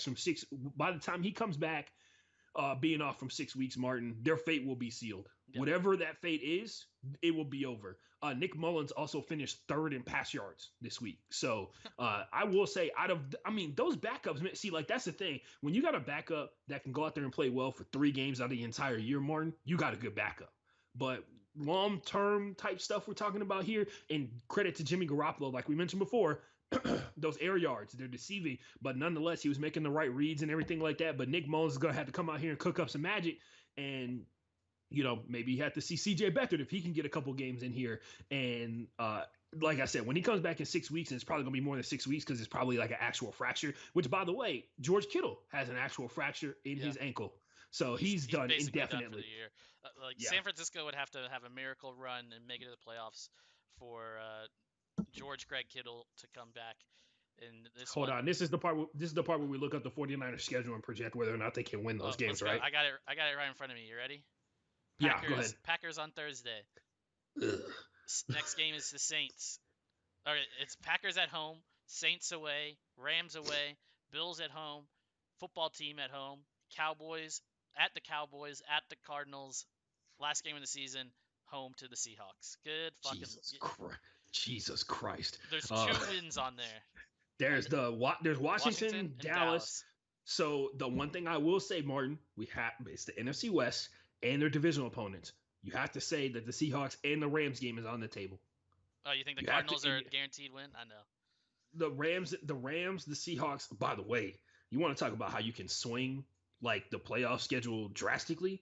They can get if they go 2-1 in those matchups, they seal out one of those teams from the playoffs. Yeah. Because they've only lost to the Seahawks, right? So that would be wild. They go 2-1 in 3 games, Martin, and they lock themselves into maybe a wild card spot because let's be for real, the jig might be up for the Bills. Yeah. So the Bills, and then that Saints game, who knows what Saints team is going to show up. And then, of course, we're going into Thursday Night Football, and this is the first time in Thursday Night Football where I felt like the craziness of Thursday night is going to get to both of these teams because the injuries are insane. Like they're on a prolific level. So we'll see. Yeah. Could you, quick trivia question for our listeners and for Ashton, name the leading rusher for the Seattle Seahawks in this game and the leading rusher for the San Francisco 49ers? Gold star, if you can name both. It wasn't Jerick McKinnon. Nope. Because everybody hates him. Yards. I was going to say, everybody hates him on the internet right now. Yeah. It had, God damn it. Was it Ayuk? Nope. Though Brandon Ayuk is literally the reason I won my fantasy matchup, the one I was telling you about against one of my best friends. He had a garbage time touchdown at like the end of the 4th quarter. Shout out to Ayuk. Literally, shout out to Brandon Ayuk. Yeah. Literally the yards, the catch, and the touchdown points combined is what I won by this past week. Starting the same team that I started Baker Mayfield in, dude. It was one of those I had him. It was my bye week. I had 6 or 7 players on bye. So I had Le'Veon Bell, Cole Beasley, Brandon Ayuk, Baker Mayfield. My team was not that good. Giovanni Bernard and Travis Kelce are literally the only reason. And then, of course, the Brandon Ayuk touchdown. But Martin, you would have fucked up and you would have started Henry Ruggs. And instead you said Brandon Ayuk. See? Hell yeah, blessing dude. in disguise. That's what I'm the Henry Ruggs thing, that's in the past, brother. We move forward. We're moving on. We're on to Cincinnati. But anyway, the leading rusher for Seattle, DJ Dallas, 18 carries, 41 yards, and a touchdown. The leading rusher. Yeah. No, he actually looked good too, man. Yeah. He looked pretty good out there. So yeah, not too shabby. And then the leading rusher for the San Francisco 49ers, if you guessed JaMycal Hasty, congratulations to you, because going into this segment, I had no fucking idea who JaMycal Hasty was, and I pride myself on knowing random-ass names on random-ass teams. He had 12 carries, 29 yards, and a touchdown. But Ashton, Seattle now 6-1 on the season, and we move on to the next game that we have on our list. It came down to a Cam Newton fumble deep in Buffalo territory. The Bills win 24-21. The Bills are now 6-2. The Patriots are 2-5. The AFC East bad win. Terrible win. The AFC East is basically the Bills to lose at this point, even though the Dolphins are knocking on the door right behind them. Don't sleep on the Miami Dolphins. I'm telling you guys. Hey, I'm gonna tell you this right now. The worst thing that can happen for the Miami Dolphins, the worst thing that can happen for the Buffalo Bills, is if they put Ryan Fitzpatrick back in. Then we got problems. Yeah, I'm saying. still surprised at that decision. I'm honestly surprised. Especially after what we saw from Tua. Do you think? I mean, it doesn't matter. You know what I mean? It's like the decision. This is one of those situations like the decision has been made. Mm-hmm. You know what I mean? Yeah, but It's one of those deals. I don't have a lot to take away from this game. Cam Newton fumbled on the last drive of the game, which basically It was the first game in a month and a half that the Patriots have shown any sign of life, yep. which is good. And of course, it comes versus the Buffalo Bills. It was almost one of those like, oh, don't forget who Daddy is type games. So it was almost one of those games, but luckily the Buffalo Bills avoided that. But I'm sure their fans are still somewhere pissed off. Actually, not breaking tables, but sitting pondering at those tables, which is got to be a scary state to be in if you're a Bills fan. Which, by the way, you want to talk about a fan base that, I guess they forgot where they were. Yeah. They've forgotten where you forgot your humble roots. You forgot where you came from. Another God's gift to earth, Josh Allen, 11 of 18, 154 yards, no touchdowns passing, and an interception. He did have a rushing touchdown, Ashton, but J.C. Jackson he almost had another touchdown. J.C. Jackson with the interception on that one, he almost ran it back. He continues to be the second coming of Joe Flacco to me. But Joe Flacco went to a Super Bowl, so who the fuck am I to talk shit on God's gift? I was gonna say, you better put some respect on Joe Flacco's name. Elite quarterback, Super Bowl champion Joe Flacco. Yeah, like you said, Patriots finally showed a little bit of life. No touchdowns from Cam. Damian Harris had a nice day on the ground. Zach Moss for the Bills, he had 2 touchdowns. Yeah, rushing. He came back big time. Him and Devin Singletary, their little competition may be over here pretty soon. Week 8 of the season, we'll see. Well, they split right down the middle, 14 and 14. Singletary had 5 more yards, finished with 86, no touchdowns. Zach Moss, 14 carries, 81 yards, and 2 touchdowns. And Mr. Josh Allen, 10 carries, 23 yards, and a touchdown. Not a lot really to say about this one. Tight end Josh Allen came to play. Going back to my fantasy team, I wish I had looked at my opponent's roster and seen that he was starting Stephon Diggs, because I started Cole Beasley on my bye weeks, and Cole Beasley had 2 targets. Stephon Diggs, of course, up there as one of the best wide receivers in the entire game this season. So, the Bills win by 3. Probably should have. If they're for real, you beat the Patriots by more, but they don't because they're not for real. We move on to the Monday Night Football game, Ashton. This one a lot closer than I think everybody thought, except for if you followed Darren Ravel on Twitter, somebody put like a $20,000 bet on the New York Giants to not only cover but to win against Tampa Bay. Got greedy. It would have paid out some it was one of those bets where you put 20K down and he would have gotten like 200,000 back. Like, it was one of those fucking wild bets. And for the longest time, that's all I remember thinking. I was like, damn, this better knows something that we don't, because New York, for I would say like 3/4 of this game, had Tom Brady and the Buccaneers number, and then it just kind of fell apart towards the end. The Giants are now 1-7, Bucs 6-2. Martin, at this point, we can make an argument that the Giants are the best looking team in the NFC East. Despite losing back-to-back games, one to the Eagles, they look like the better team for a good chunk of that game versus the Eagles. I would say their defense. I would say New York has the best defense in the NFC East. Shout out Leonard Williams. Yeah, but as long as Daniel Jones is at the helm, I mean, he's not much better than Ben DiNucci. You know what I'm saying? Hey, I mean, we say that, but I know Ben DiNucci can't run as fast as Daniel Jones can, because Daniel Jones runs like an athletic man that is very fearful of the people who are behind him, chasing him down, which I can respect. I respect on a whole nother level. But yeah, he runs like he was in a horror movie, and he was making a sprint for the car that was running like a mile away. He's running like he stole something a couple against the Philadelphia Eagles. He stole every single one of those yards, because he wasn't like that was one that he tripped up because he wasn't supposed to be there. Like the sports guys were like, young man, what are you young doing? man. He's like, my man, back of the line. Like, he was trying to run up in the clothes. He's like, back of the line, my guy. Come on. Yeah. What are you doing? Also, on the Monday Night Football broadcast, they kept asking, when is Daniel Jones going to run? Like he's a running quarterback. The only time he runs is when he's fucking scared for his life. But I mean, when your highlights have been you're running, aren't you a running quarterback? Like, the best aspect. But anyway, other thing to point out here, the Tampa Bay Buccaneers have a theme. They, just like every other team in the NFL, Daniel Jones was under pressure 73% of the time throughout the course of this game. Yeah. That it just keeps going up you realize that, right? Like every week it's going up. Like the first week of the season when they were playing the Steelers, they were like Daniel Jones 63% under pressure every time he drops back. And I was just like, God damn, that's a lot of times to be under pressure, my guy. And then every week it's just like trickling on its way up. By the time we get to week 17, it'll be like Daniel Jones under pressure 100% of the time on his drop back somehow. Yeah.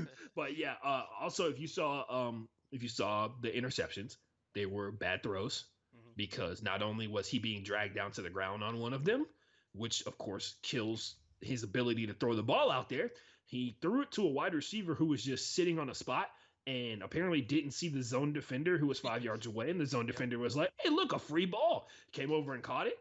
And multiple times he missed wide open players because the crossing routes that he threw to drew the zone defender.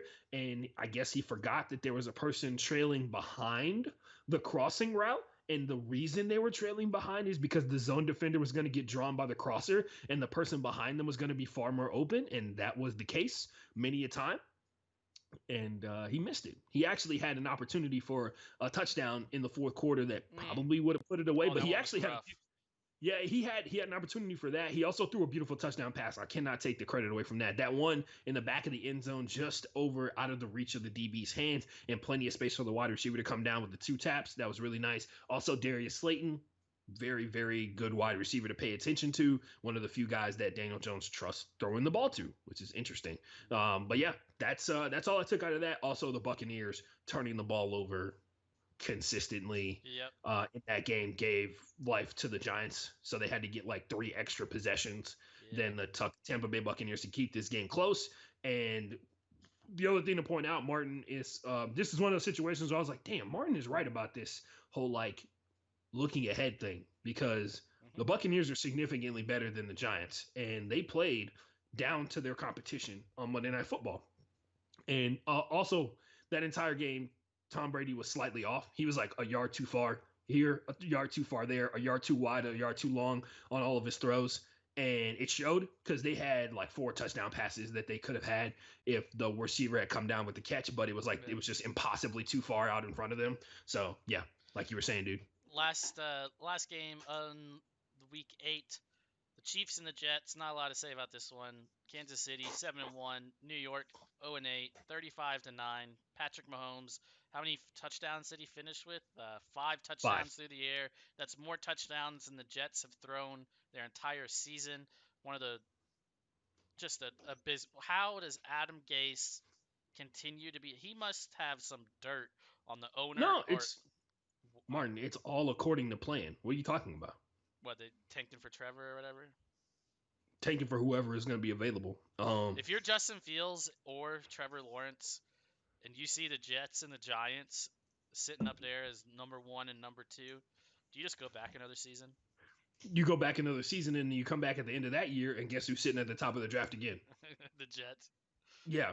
Like, I mean, it's got to be one of those situations where you leverage something out of the thing where it's like, and everybody keeps asking like, like they get drafted, they have to show up. And I'm like, no, they don't.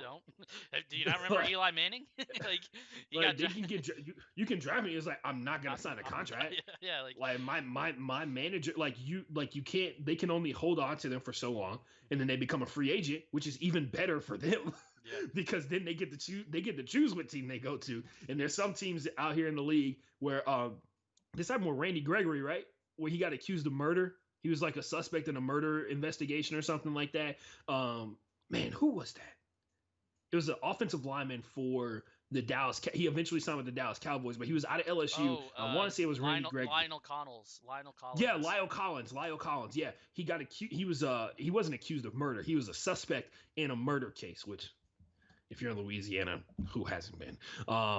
Anyway, he has that situation going on. They are sitting there and they're just kind of like, like they're just kind of like, we're not gonna draft him. End of the draft rolls around, he gets his pick of what team he wants to go to, and he ends up going to the Dallas Cowboys, which, in the long run, maybe not the best decision, but hey, who knows? But that could happen, man. But yeah, there's like all kinds of options. Like this whole you have to play for the team that drafts you.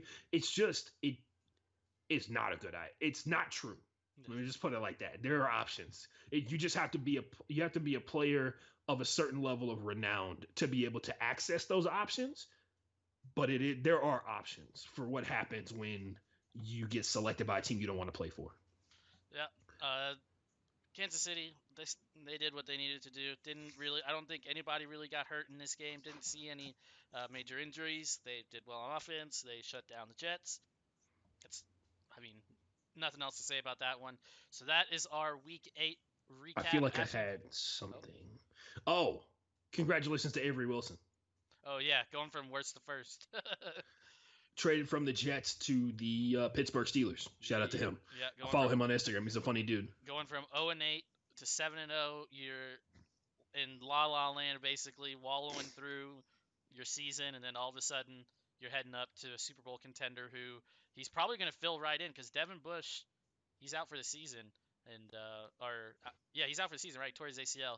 So yeah, Avery Williams, he's going to come in. Spinall you is the mentioned him dude earlier. Like he's had a good couple of games. So yeah, they just need depth at the linebacker position, which by the way is going to be interesting at the end of this year with these blitz heavy defenses if they can keep up the pace of blitzing that they've been utilizing the entire season, especially when it comes to the playoffs where running becomes a bigger part of it. And on top of that, can other teams find the keys to figure out when the blitz is coming and find the gap in the blitz when they're and nowhere to run on time because the run game becomes like way more important. Anyway, that's all we got for Week 8. You got something else you want to say about Chiefs Jets? No, I ain't got nothing to say there. But you mentioned pace, so this is a good little segue to our first little part of the mid-season recap.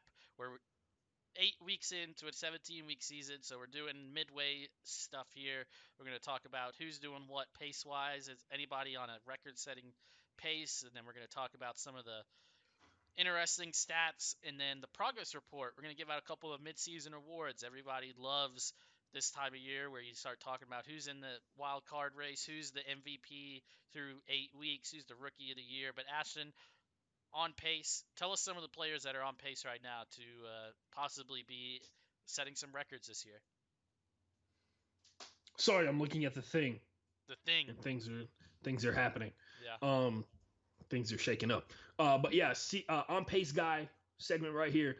Single season total tackles is a big difference between that and solo tackles. But total tackle record is 191. Actually, it's not even 191. It's like 200 and something. But in the modern era of the NFL, it is a 191 by Luke Kuechly. And solo tackles is Ray Lewis with 156, which is insane to think about somebody making 156 solo tackles and in a single season. And Blake Martinez, Jalen Smith, not on pace to be at 191, but they both have 82 total tackles, which will put them on pace for 164.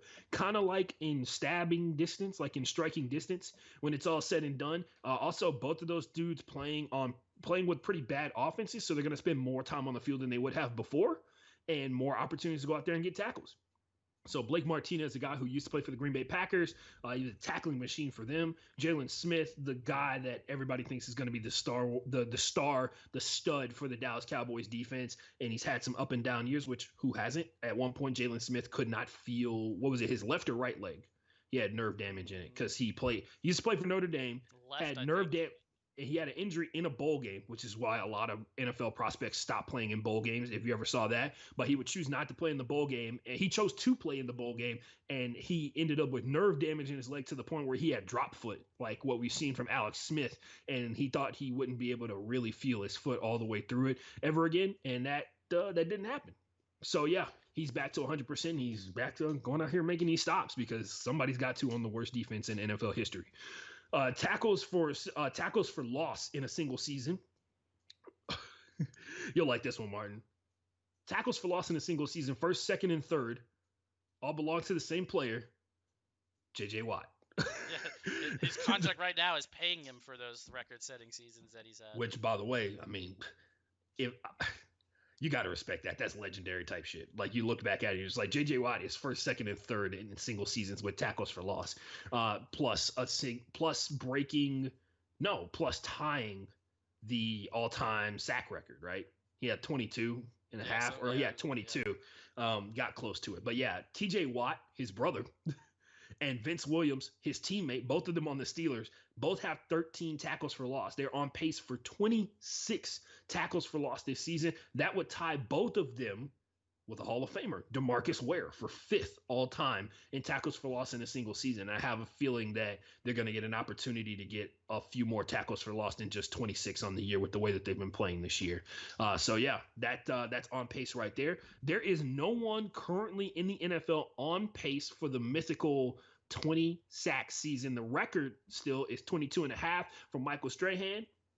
But the 20 sack season is like the demarcation for absolutely legendary year. Only like 5 dudes have ever done it in the history of the NFL. Aaron Donald and Myles Garrett currently lead the NFL in sacks right now, which is not a surprise, as Martin will tell you. Both of those are extremely talented pass rushers. They're both with 9 sacks. They're on pace for 18, which is still pretty fucking dope ass season. It's an amazing season. Aaron Donald is 1 sack away from his 4th straight double-digit sack season, which is insane to think about. So he's got at least 40 sacks in the last 4 seasons combined. I will say, he needs a couple more to get to 18, and he's got some tough targets to hit. He's got Russell Wilson, Kyler Murray, Cam Newton, 2 of the wiliest dudes in the game, 3 of the wiliest dudes in the game, plus Tom Brady, who, if you know, Tom Brady's method for preventing sacks is to throw the ball out as quickly as possible, which he does very, very well. Anyway, Martin almost sneezes out his brain there. The Jets, Martin. I don't think I needed to tell you this, but the Jets suck at defense, Martin. Oh, they're bad. Shout out to Greg Williams. They're on pace for 162 missed tackles this season. Hey, you gotta get paid, and you gotta tank to the top or tank to the bottom any way possible. You know. This is from the bottom to the top. It's time. This is where their way of just not winning games. You know, just don't make tackles. You don't win games. It's pretty self-explanatory on that one. But going back to the quarterbacks that Aaron Donald gets to sack the rest of the season, Tom Brady's offensive line, the only offensive line, all 5 starters have started every single game so far this season. And only team. It's pretty crazy. 32 teams, only one of them has had the same 5 starters across the offensive line. And strangely enough, out of those 4 guys I mentioned, the easiest one might be Cam Newton right now, because of whatever his mysterious injury is this season that nobody wants to talk about. The best defense in the NFL by the only metric that's ever mattered, points surrendered, fewest points surrendered this season on average, the Miami Dolphins. Congratulations to them. They've given up the fewest points, and that's how they've been able to win games. Martin, Carson Wentz has been hit a lot, been sacked a ton. And Martin, not a surprise at all, Carson Wentz is on pace for a record-setting 64 times. That would be 4th all-time behind Randall Cunningham and David Carr twice. Yeah, David Carr is David Carr's 1st and 3rd. We can rag on the bad offensive lines for some teams. David Carr had one of the greatest shames of the Houston Texans franchise is what happened to David Carr. They ruined a man's career. They ruined a man's entire football career. Well, you also got to remember, for those that don't follow the Texans, they, in their supplemental draft or the inaugural draft, whatever, they took Tony Baselli. And then Tony Baselli never played a single snap because he injured his neck or something like that. So when they were going to try and build the new team, they had Tony Baselli as the left tackle for however many years to come, and then they lost that. So a lot of people credit the Texans' woes across the offensive line to that. But yeah, By the way, the 64 would only be 2 more than what happened to Deshaun Watson in 2018. So when he wouldn't throw the ball unless he held it for 10 seconds. And to his credit, that offensive line was bad. So was that the year that they traded Dwayne Brown? Couldn't. That was yes, it was. Yes, it was. As a matter of fact, if you recall correctly, Dwayne Brown wanted more money because he was just the best left tackle in the NFL at the time, and all he wanted was his bread. And they were like, "Hell no! I'm starting to. If you're catching on, there's a theme with the Houston Texans and money and people asking for it. They typically say, fuck no. Yeah. Imagine, the quality of player that the Texans have traded away out of spite. about money. Because they don't Oh care my about God. winning. They just care about they care Which about one thing and one thing only, Ashton. And it's selling out on Sunday, baby. it's selling out on Sunday and winning the AFC South. The McNairs do not give a flying fuck, because I can already tell you what Thursday's episode, what's poppin' is gonna be. It's gonna be what Cal McNair opened his mouth and the garbage that came out of it, talking Through about the the trade propaganda deadline. machine that is Ashton, Sports Radio 610. oh my God, yeah, that as well. Have you read the quote that he said?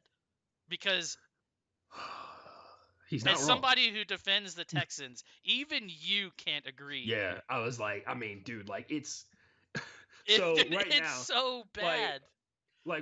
legit, if you just ignore like regular season records, which is stupid, uh the Texans are technically in the mix for the AFC South because they're 1-1 versus divisional opponents. They have lost by a singular touchdown to the Tennessee Titans, and they have shellacked the Jaguars. They are coming up on their second game versus the Jaguars, where they will be playing a rookie quarterback, which we can only hope means that it will be a guaranteed win. But I have a strange feeling that it's gonna be not fun. You know what It's gonna happens when the Texans play random ass quarterbacks, right? Like, I'll always go back to when Ryan Fitzpatrick, like, either at his first start played for the Rams and came in and threw for like 500 yards and 4 touchdowns at what was called Reliant at the time. Like, I'll always remember that random ass game that Ryan Fitzpatrick had in his first start. That, I mean, it's Ryan Fitzpatrick. You know, he's not whoever this once no name again is for the Jags.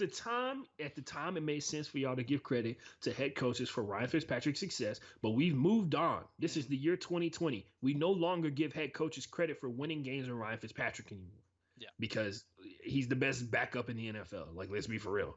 But other things to go along with that, I'm sure it's going to be a wild ride. Hopefully they just go out here and get a blowout win off of the bye week, because they have more time to install this new form of offense that clearly has taken time for Deshaun to really key in on and figure out how to get passes. Even though Martin, most yards per play, yards per attempt in the NFL from Deshaun Watson. So he getting that ball down the field. Just people got to be there to catch it sometimes. Anyway, moving on. Other than that, Dak Prescott still leads the NFL in yards per game. Yep. He's had his ankle broken for 3 weeks. He's gotten into surgery and he's in rehab, and he still leads the NFL in yards per game, even with the 2 zeros that he would have taken as a starting quarterback. And if you're a Cowboys fan, yes, it's only been 2 games since Dak Prescott broke his ankle. And for the realists, they know that Dak stats is. It's not realist. It's literally like he was on the and if you look at the numbers, Martin, he was on a path to one of the greatest quarterback seasons ever. He also had the worst defense in the history of the NFL. Okay, good. Like, legit. You gotta put that. The only reason he was putting up numbers like that is because the defense on the opposite side of the ball was giving up touchdowns left and right. So he had to stuff his stats and throw the ball instead of handing the ball off to Zeke. But that's neither here nor there. Also, like, handing off the ball to Zeke does not seem like to be the move. It's not the move anymore. I don't know if you saw. It's not the move anymore, unless it's to have him take snaps at quarterback. Which, by the way, if you're the Cowboys, you probably need to dial up some more of those plays. Just saying. Anyway, Dak Prescott, like I said, still leads the NFL in yards per game. DeAndre Hopkins, and Martin will like this one, and actually I like it too because I love to see a guy succeed. Vast majority of his success happened here with the Houston Texans, but DeAndre Hopkins is on pace for 114 catches for 1,408 yards with 6 touchdowns. The touchdown numbers will probably be a lot higher than 6 when it's all said and done. But not even his best season. It would be his 4th straight 1,000-yard season. It would be his 3rd best season ever because he's got 2 1,500-plus yard seasons with the Texans. And he would also, if he finished doubling up his yards, completely just doubling up his yards, 1,408 yards, he would be the 49th player in the history of the NFL to have 10,000 receiving yards in the NFL. Yeah, pretty crazy. We're going to talk about DeAndre a lot more when we get to the progress report, because I think he should at least be up there in the conversation for most valuable player, because I think even Ashton can agree Arizona's offense would not be where it is right now if DeAndre Hopkins wasn't out there. Because my face is not for what Martin is talking about. It's what's happening on the TV behind me that we're not going to talk about. Yeah. You see it too, right? Seeing it too, right? No, I exited out of it because I it was taking my attention away too much. Ashton, could you handle this next one? I'll literally be right back. I gotta take this. Okay, Robbie Anderson. I've been talking about him basically the entire year. Robbie Anderson, wide receiver for the Carolina Panthers, is on pace. I'm sorry, I have to mention this. He left the Jets, which seems to be a real big correlation between leaving the Jets and career success. Like an inverse correlation. Like more time with the Jets, worse your life is. Less time with the Jets, better your life is. The Robbie Anderson left the Jets. He is on pace for 1,376 yards, which would be by far the most yards he's had in his entire career. He is one catch from the second most in his career. And the most catches he ever had in a single season is 63. He is 253 yards away for the next 8 games. If he gets 253 yards, he will have a career high when the season is over with. Robbie Anderson is by far having his best season ever as a non-Jets player. This will be the first time he's ever played for a team not the name the Jets. And he is taking advantage of it. Teddy Bridgewater's finding him, going out there to passing the ball to him. He was just one of the dudes that I really wanted to highlight. If you got somebody who you know is having like a career type of year or something like that, hit me up on Twitter at FB_playbook. Also, don't forget to download the Thrive Fantasy app. It is a great way for you to do daily fantasy, to bet on esports, to also use the prop betting game that they utilize so very much. It's a lot of fun. Martin's actually won money 3 weeks in a row. I don't think he mentioned that on the show or anything like that. But he's won money 3 weeks in a row using Thrive Fantasy, and it hadn't been a ton of money because the other guys on there are like apparently pretty good at the whole daily fantasy thing. But you should definitely check it out. Use promo code BrokeBoy. You get $23 if your first deposit is at least $20. You get $20 for free off of our promo code, and you can use it to bet on the entire season. Get out there and do the thing. It's a ton of fun. I know it's getting confusing because we're at that point during the season where the world flips upside down, where all the good teams become bad and all the bad teams become good. And we'll actually talk about why that's the case a little bit later on towards the end of the show when we finish it up. We're not doing 10 things you didn't want to know about week 8 because we're spending so much time on this progress report segment of the show. Other things to do, make sure you follow Martyn on Twitter at Martyn, capital MARTYN, Pape, PAPE. _ Follow Martyn there. Follow me on Twitter at FB_playbook. And it'll be a ton of fun, man. Martin's back. I just finished talking about how Robbie Anderson's having his best season ever. And it's solely, I would dare say, Martyn, less time you spend hanging out with the Jets, the better your life is. Yeah. So that's what it is. Like, it's literally, Martyn, like, think about, like, Ryan Tannehill, further away from Adam Gase, no longer with the Miami Dolphins, having the best time of his life out there with the Tennessee Titans, actually competitive in games. Robbie Anderson, having a career year when it's all said and done. He's 1 away from the second most catches he's ever had in his entire career, and then he's 13 away from 63, which will be the most he's had in his entire career ever. So Robbie Anderson living it up out there in Carolina. Yeah, I mean, you got Matt Rule as your head coach. You got Teddy Bridgewater throwing to you. He has the greatest 2-glove quarterback in the history of the NFL. I saw you say that on Twitter, and somebody tried to argue that it was Kurt Warner, but I think Kurt Warner's a fraud. Kurt Warner's a fraud. He didn't start wearing the 2. Exactly. He didn't start the 2-glove life until 2006. Shout out to Coach Dale on Twitter. He's like one of the best Twitter follows out there. Y'all should give him a follow. Coach, you can literally just follow him at Coach Dale. His name is Norman Dale on Twitter. NORMAN Dale. But yeah, he tweets some real funny stuff. Anyway, he quote tweeted it with a picture of Peyton Manning wearing 2 gloves, and I was like, fraud. He didn't start wearing it until he went to Denver because of the cold and everything affecting his fingers. And then same thing with Kurt Warner. Teddy Bridgewater been down with the 2-glove life since day one. Greatest 2-glove quarterback of all time. You got to give it to him. That's some of our on pace guys for the season. Ashton, now it's time to get to the good stuff. The progress report. We're gonna start with we're gonna give out a couple of mid-season awards here. We're gonna start, of course, at the top with the MVP candidates. Who through 8 games or through week 8 is your MVP? So I feel like the default answer is just going to be Patrick Mahomes because like reporters don't know how to give awards to anybody but a quarterback. But Patrick Mahomes has been lighting it up, man, and he's been really consistent. Also, he could be victim, and Martyn, he could be victim of the LeBron James Michael Jordan thing, where like everybody knows you're the best player in the NFL, but they're giving it out to the second best player that year Yeah. because they want to keep it. They want to keep mixing it up. They want it to be exciting, which is also highly disrespectful to the best player in the NFL. But yeah, it's probably Patrick Mahomes when it's all said and done because it always goes to a quarterback, and right now he can do no wrong. Like he has thrown 31 touchdowns and 1 interception. Yeah, And that's nobody's the really or 21 touchdowns. 21. 21. Yeah, 21 and 1. Every other what is it? Every other quarterback that's thrown at least 100 passes is what is it? Oh, I'm trying to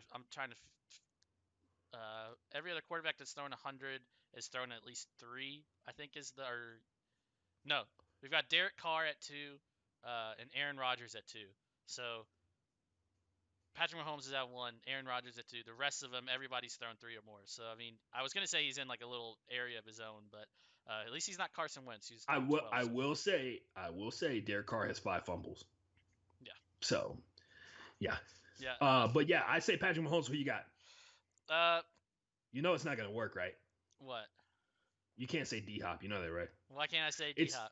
it's actually probably gonna be. It's probably gonna be Russell Wilson when it's all said and done. But you can't say D Hop because they automatically you're like, well, why is D Hop so good? And then it's Kyler Murray. Well, I just think it's because of the offensive system that he's in. I mean, the fact I'm not gonna say it's D Hop. Russell Wilson has to be up there. If he had beat Arizona, I think he definitely deserves it. But Patrick Mahomes, his only loss is the random ass loss the Chiefs had to the Raiders. I think it's Patrick Mahomes. You've also, I think, this one's going to go more towards Offensive Player of the Year. But this is where I get a little confused with the awards because the MVP, who's normally an offensive player, doesn't always win Offensive Player of the Year. And so that always confuses me whenever we see that. But Derrick Henry, he is literally the only reason the Tennessee Titans are where they're at right now, especially on offense. I mean, seven. I'm trying to pull up his stats right now. He's played 7 games, 775 yards. He's averaging 110 yards per game, 4.8 per carry. Of course, he's got the 94-yard bomb he put against the Texans, um, and 8 touchdowns on the season. And then Dalvin Cook. If Dalvin Cook continues on the little pace that he's on, 652 on 122 carries, he's averaging 5 yards per carry. Like literally, you give the ball to Dalvin Cook twice, and you've got a first down right now, and 10 touchdowns. He's averaging 108 yards. Henry and Cook are the only 2 running backs in the entire NFL right now, Ashton, that are averaging over 100 yards per game. The next closest, I mean, where do we draw the line? Because Miles Sanders, Nick Chubb, and Aaron Jones, they've barely played half the games available. Which, by the way, we talk about this later on and talk about a team that can come on late in the season.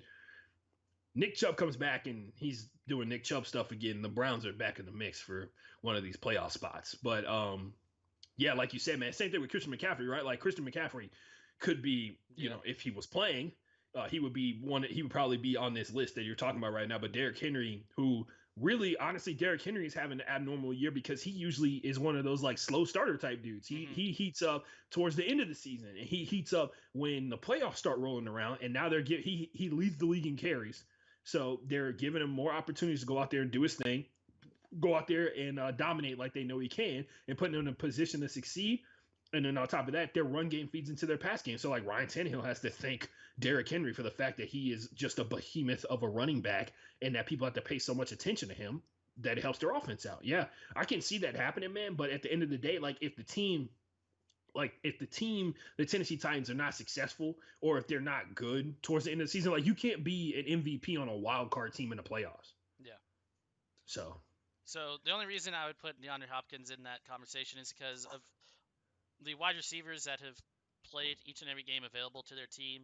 He's the only one averaging 100 yards per game. Devontae Adams still technically is averaging 100 yards a game, but he's only played in 5 games because of the injury.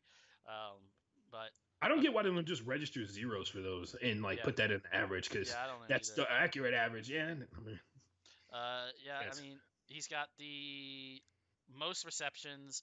He's got the most yards. His touchdown, like the only thing holding D Hop back from the MVP is probably the touchdowns. He's also got the most first downs.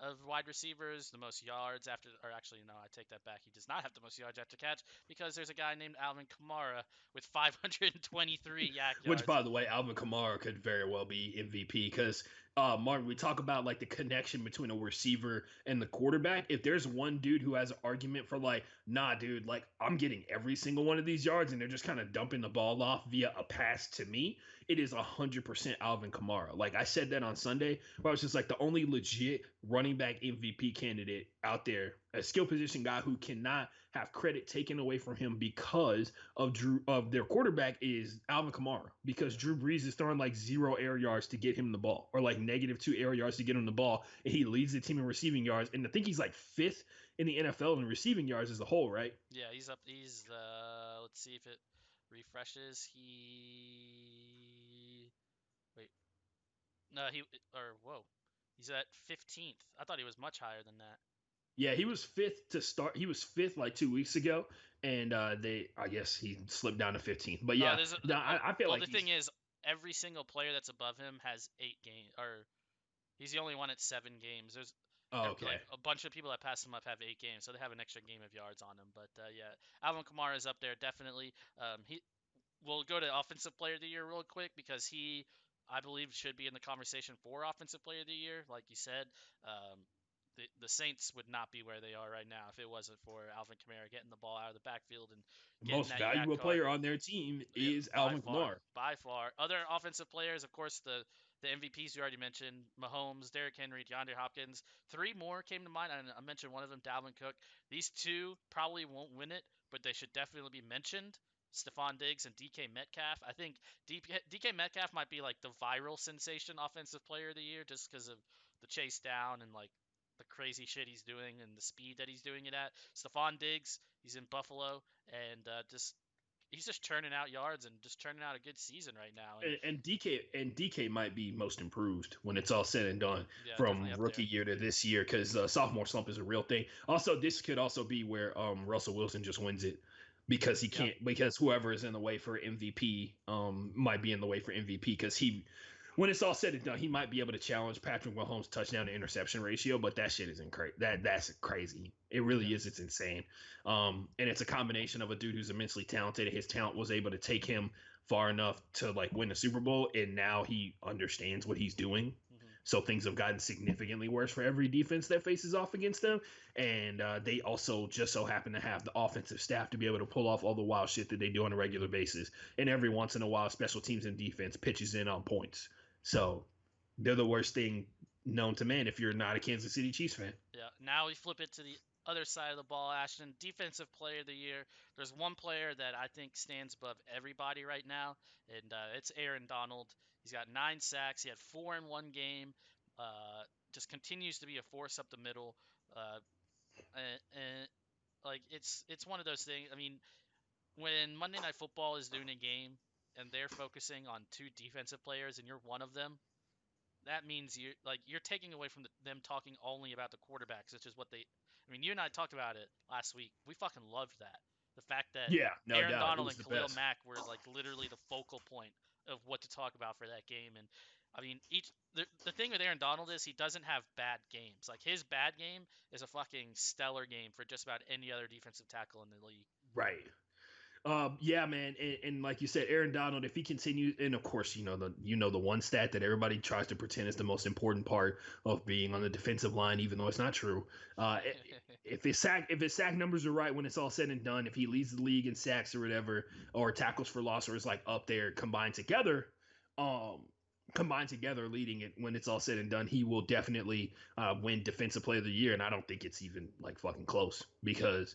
I mean, everybody already likes Aaron Donald, and everybody's already keyed in, and really, you can't take away the value of film guys, like football guys on Twitter, and their obsession with Aaron Donald and how much they post him on Twitter all the time. Because whether you believe it or not, that's the like what you see if you're an NFL person that's like dialed in the NFL Twitter and like dialed in the NFL social media and everything like that.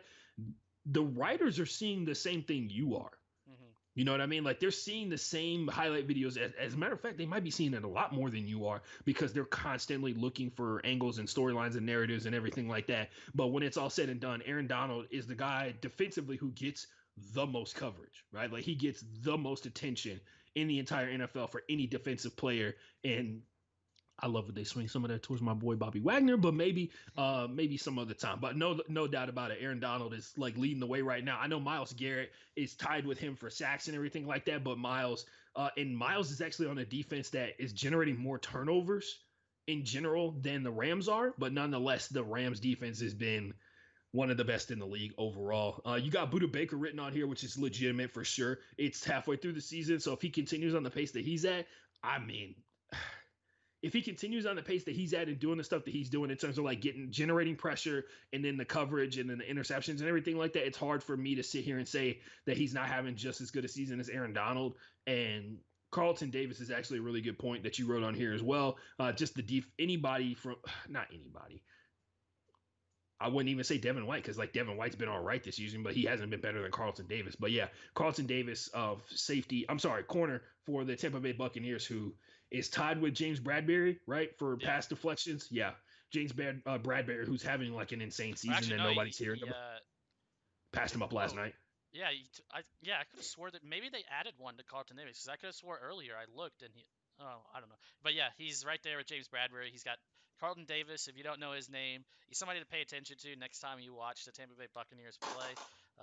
They've got a great front seven, but they've also got some really good secondary players. And Carlton Davis for is sure. just, I mean, he's leading the league in interception, or tied for the league in interceptions. He's got the league lead in pass deflections.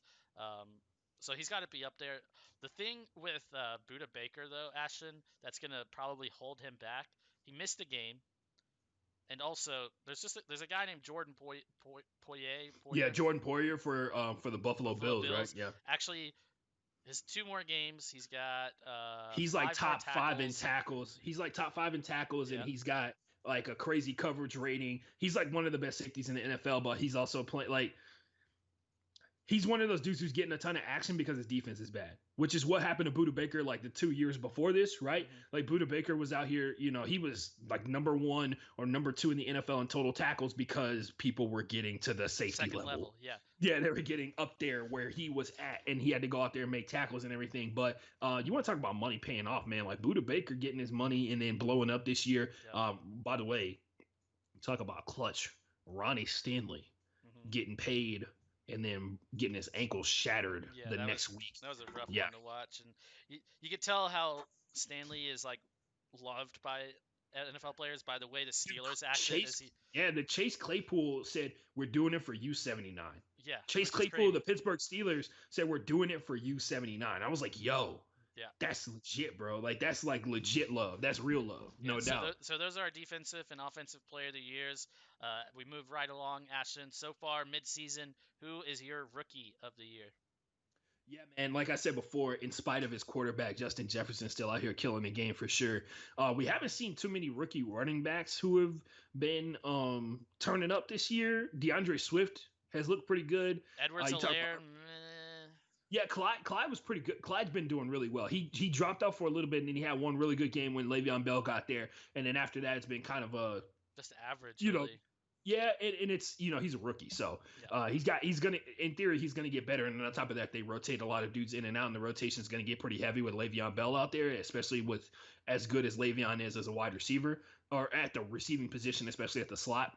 But looking at rookie wide receivers, Justin Jefferson is the one that's like leading the way for everybody, man. Like you look at Jerry Jeudy. Jerry Jeudy struggled because he's now turned into the number 1 wide receiver for the Broncos, which means he's getting the most attention. So he has to figure out how to be a number 1 wide receiver year 1 of being in the NFL, which is insane. That's all. I mean, that's the only thing. That's the only players I can really think of. Van Jefferson Jr. has been doing really well for a guy who's like a 3rd or 4th round pick out of Florida for the Rams. Everybody else is just kind of doing all right. You know what I mean? And I feel like Justin Jefferson's rookie of the year because he's an offensive player, and they love offensive players for rookie of the year. Or you could do Patrick Queen, maybe. Or that's defense. Or yeah, we were just doing single. By the way, Patrick Queen is out right now because he was one of the people that was in contract with Martin Humphrey. But for me, offensive rookie or just rookie of the year in general, I think it's gonna be Joe Burrow, and not even close. He's got 2,200 72 yards so far. He's averaging 284. Like Ashton said earlier, he's already set the record for the amount of 300-yard passing games for a rookie. And also Justin Herbert right there behind him. He's actually averaging more passing yards per game than Joe Burrow, which is fucking And wild. we explained the context in that situation last week. Mm-hmm. The Chargers are have significantly more talent on their team in theory than the Bengals do. Yep. So like you don't give as much credit to Justin Herbert because Justin Herbert's best receiver is AJ Green on paper. Keenan Allen. I'm sorry, Justin Herbert. Yeah, Keenan Allen and Mike Williams plus Hunter Henry, who's a really talented tight end. Yeah. And before the injury happened, it was Austin Eckler out there. They had a decent offensive line, and then on top of that, they had a defense that has a good secondary plus some good defensive linemen at a certain point throughout the season. And then Joe Burrow's best wide receiver is AJ Green on paper, but T Higgins in real life. You know what I mean? It's really interesting to look at Burrow versus Herbert so far. So, I mean, Burrow's got 2 more games played than Justin Herbert. But Herbert's rating above 100, where Joe Burrow's at 91.4. QBR, Joe Burrow's at 59.9. Justin Herbert, 76.4. Herbert's thrown more touchdowns. They have the exact same amount of interceptions. So, and you could even argue that Herbert's played better competition than Burrow has. Yeah, for sure. Yeah, so yeah, there's a couple of rookies up there. Justin Jefferson, Patrick Queen, probably the best defensive rookie so far. There's probably someone will probably bring up. Isn't there a rookie for like Tampa Bay or somebody that's playing really Derek well? Brown, Tristan Wirfs is like offensive lineman. He's playing. Derek Brown for the Carolina Panthers may be in conversation for, but he's a defensive tackle. There's no way they're going to give it to him. Yeah. But I'm trying to think, man. What happened to Chase Young? He kind of started off. So Chase got hurt, and then he got hurt, played 1 game, and then now they're on bye. So they come back this week. So that's right. That's why you have it. Yeah. Okay, you're right. But he's got 2.5 sacks, so I actually thought he had more than that. But so there's not a lot of defensive players to think of for overall Rookie of the Year, but we'll probably have a defensive Rookie of the Year by the end of the season. We move on now, Ashton. You put this question in here, and I immediately put my 2 teams for the Super Bowl pick. The best team in the NFL right now. Who do you think and why? The team. So this is weird. Best team in my mind, right, is the team that's capable of winning against every team in the NFL, regardless of how they're playing or regardless of how the other team is playing. And the argument right now sits as the Pittsburgh Steelers because they're undefeated, but I'm also highly skeptical of the strength of schedule for the Steelers in terms of how they've displayed themselves. But they've had 2 big games, right? Like if you think the Titans game was big, which many could argue it wasn't. The Bengals kind of like ruined. You can make an argument that it was. You can make an argument the Titans are one of the best opponents that the Steelers have played this entire season, right? They're not the best opponent because that was the Ravens. And even in that game of the Ravens, everything went wrong for the Steelers and they still came out on top, which is a sign of a team that, one, when given the opportunity to win, they seize it. And that's what they did versus the Ravens. Like the Ravens left the door wide open for them to walk into it. And the Steelers said, well, I mean, sure, we'll walk through. And they were able to go out there and take it. Man, it's hard. It's a hard sell for me to not pick the Seahawks right now. But Seahawks run game is clicking. Seahawks pass game is on point. Their defense is highly skeptical, but they had a lot of injuries going into this week versus the 49ers and still were able to go out there and dominate a team that is a divisional opponent. Man, it's hard for me to not pick the Steelers. So I'll just go with the Steelers, man. Like, they seem like the most complete team out there because I love me a good defense, and we all know that they got a good defense, man. Yeah. So we got Frosty coming in the chat here saying Kansas City is the best team in the NFL. Kansas City, he says Kansas City's best versus Pittsburgh's best. Kansas City wins, and he still thinks the Ravens best versus Pittsburgh best. The Ravens would win.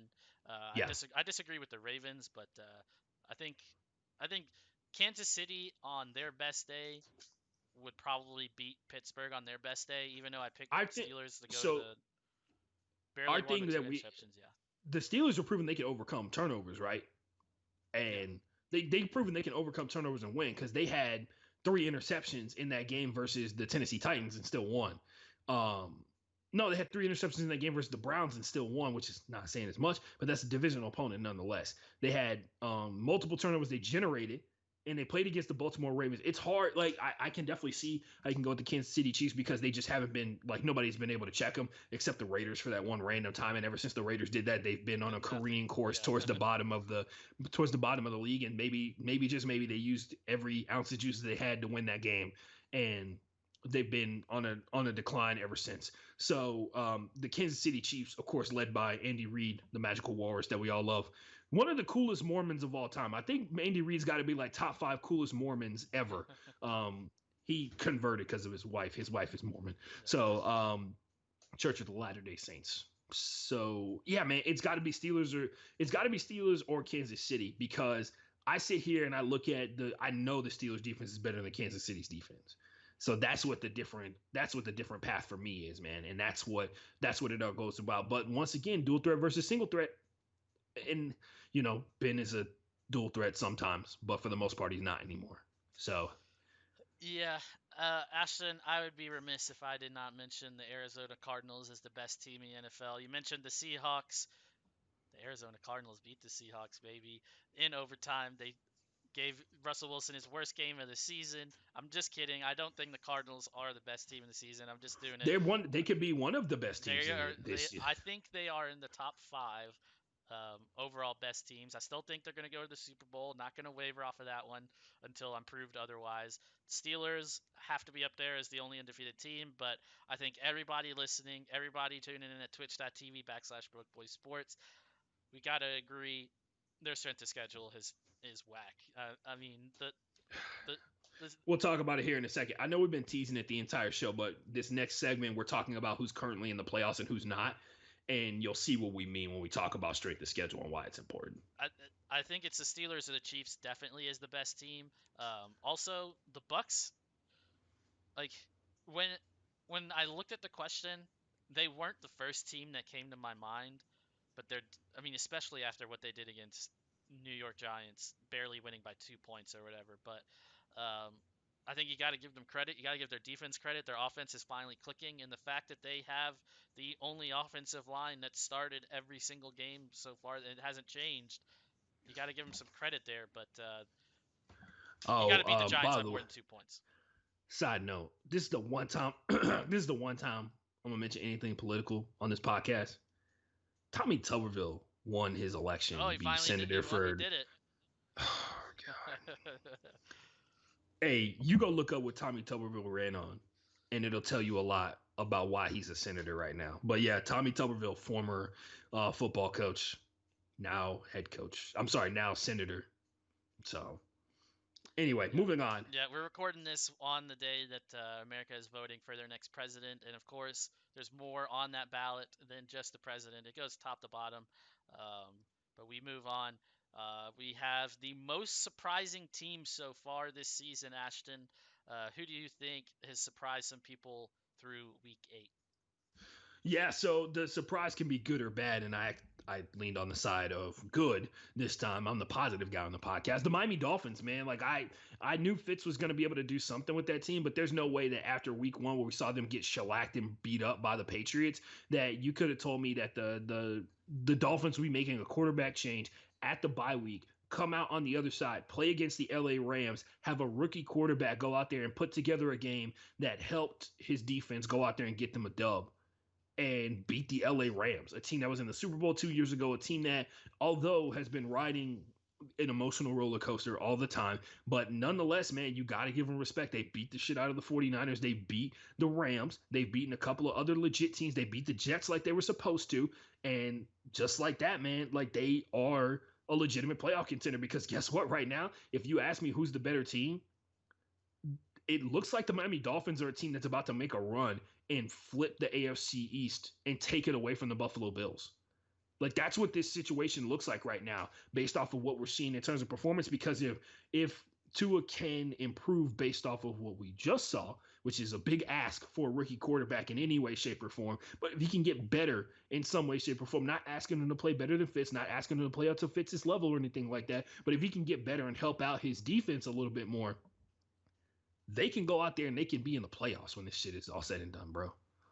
And I just want to say it now. Don't give credit to the rookie quarterback. Like, guys, like I know y'all hate defense with a passion and it shows every single time people tweet about stuff, but nonetheless, their defense, if they make the playoffs, that's on their defense. And they're the elite level defense right now. So I say the Miami Dolphins are the most surprising team for me this season.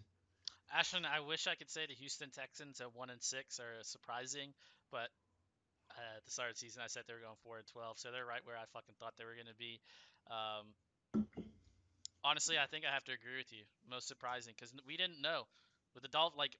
Like I said at the start of the season, their defense was good, but even I didn't.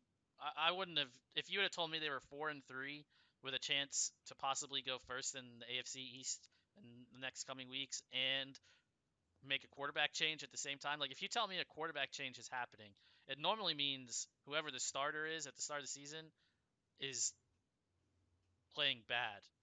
But Ryan Right. Fitzpatrick wasn't playing bad, and now Tua's come in. He's just got to be like kind of a game manager. Um, I guess maybe the Browns, the fact that they're 5-3, but it's like you've said in the last couple episodes, especially on Tuesdays, like it's time for us to start thinking like the Browns aren't the old Browns, even though they just lost to the Raiders. Um, Yeah. the Raiders beating the Chiefs, that was kind of surprising. But I mean, we just don't know which And Las Vegas team's going to show up each week. And once again, we talked about the Browns, and what I mentioned in that whole thing was like we skipped the phase of being like, oh my God, the Browns are good, and giving them their respect for what they've done to get to this point. And then we just immediately jumped to like criticizing them as if they've been a team that's been good for the past 20 years. So that's the thing that, I mean, it would make sense to put them at most surprising because let's be for real, like there's no telling what they were going to look like. And quite frankly, the path that they're on right now, they may not win more than 5 games. Like this may be it in terms of like what happens for them for the rest of the season. We'll see when it all shakes out. But nonetheless, man, yeah, I picked the Miami Dolphins. We both think the Miami Dolphins are surprising right now. Be interested to see how it looks at the end of the season when we revisit all these topics. But most disappointing team, I picked the Minnesota Vikings.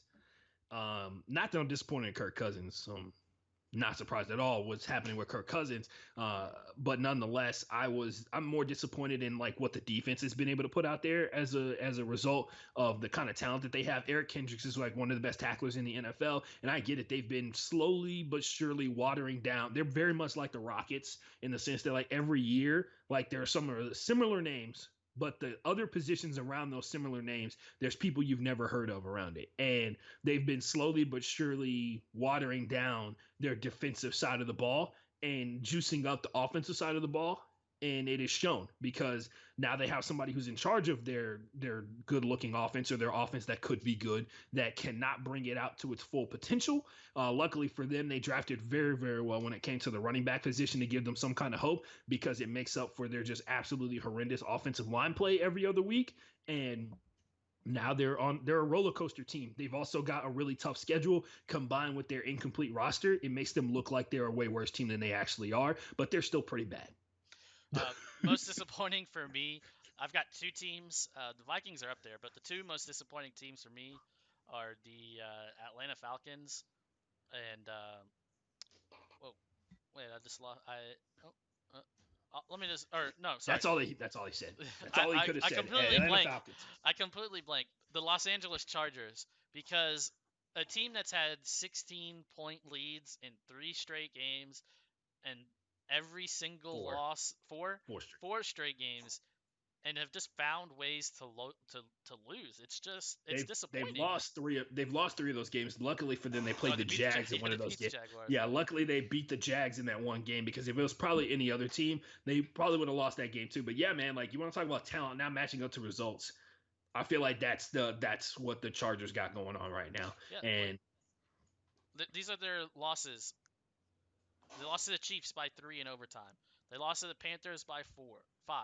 They lost to the Buccaneers by 7. They lost to the Saints by 3. They lose to the Broncos on the last play of the game by 1. Like they could literally, they're 1 score away in every single game, Ashton, from being undefeated, which is so close yet wild. so far. Yeah, like because it's so if you go back and look at those games, they come out firing on all cylinders. First half of that game, defense is on fire. Second half, offense shuts down. Defense can't stop anyone.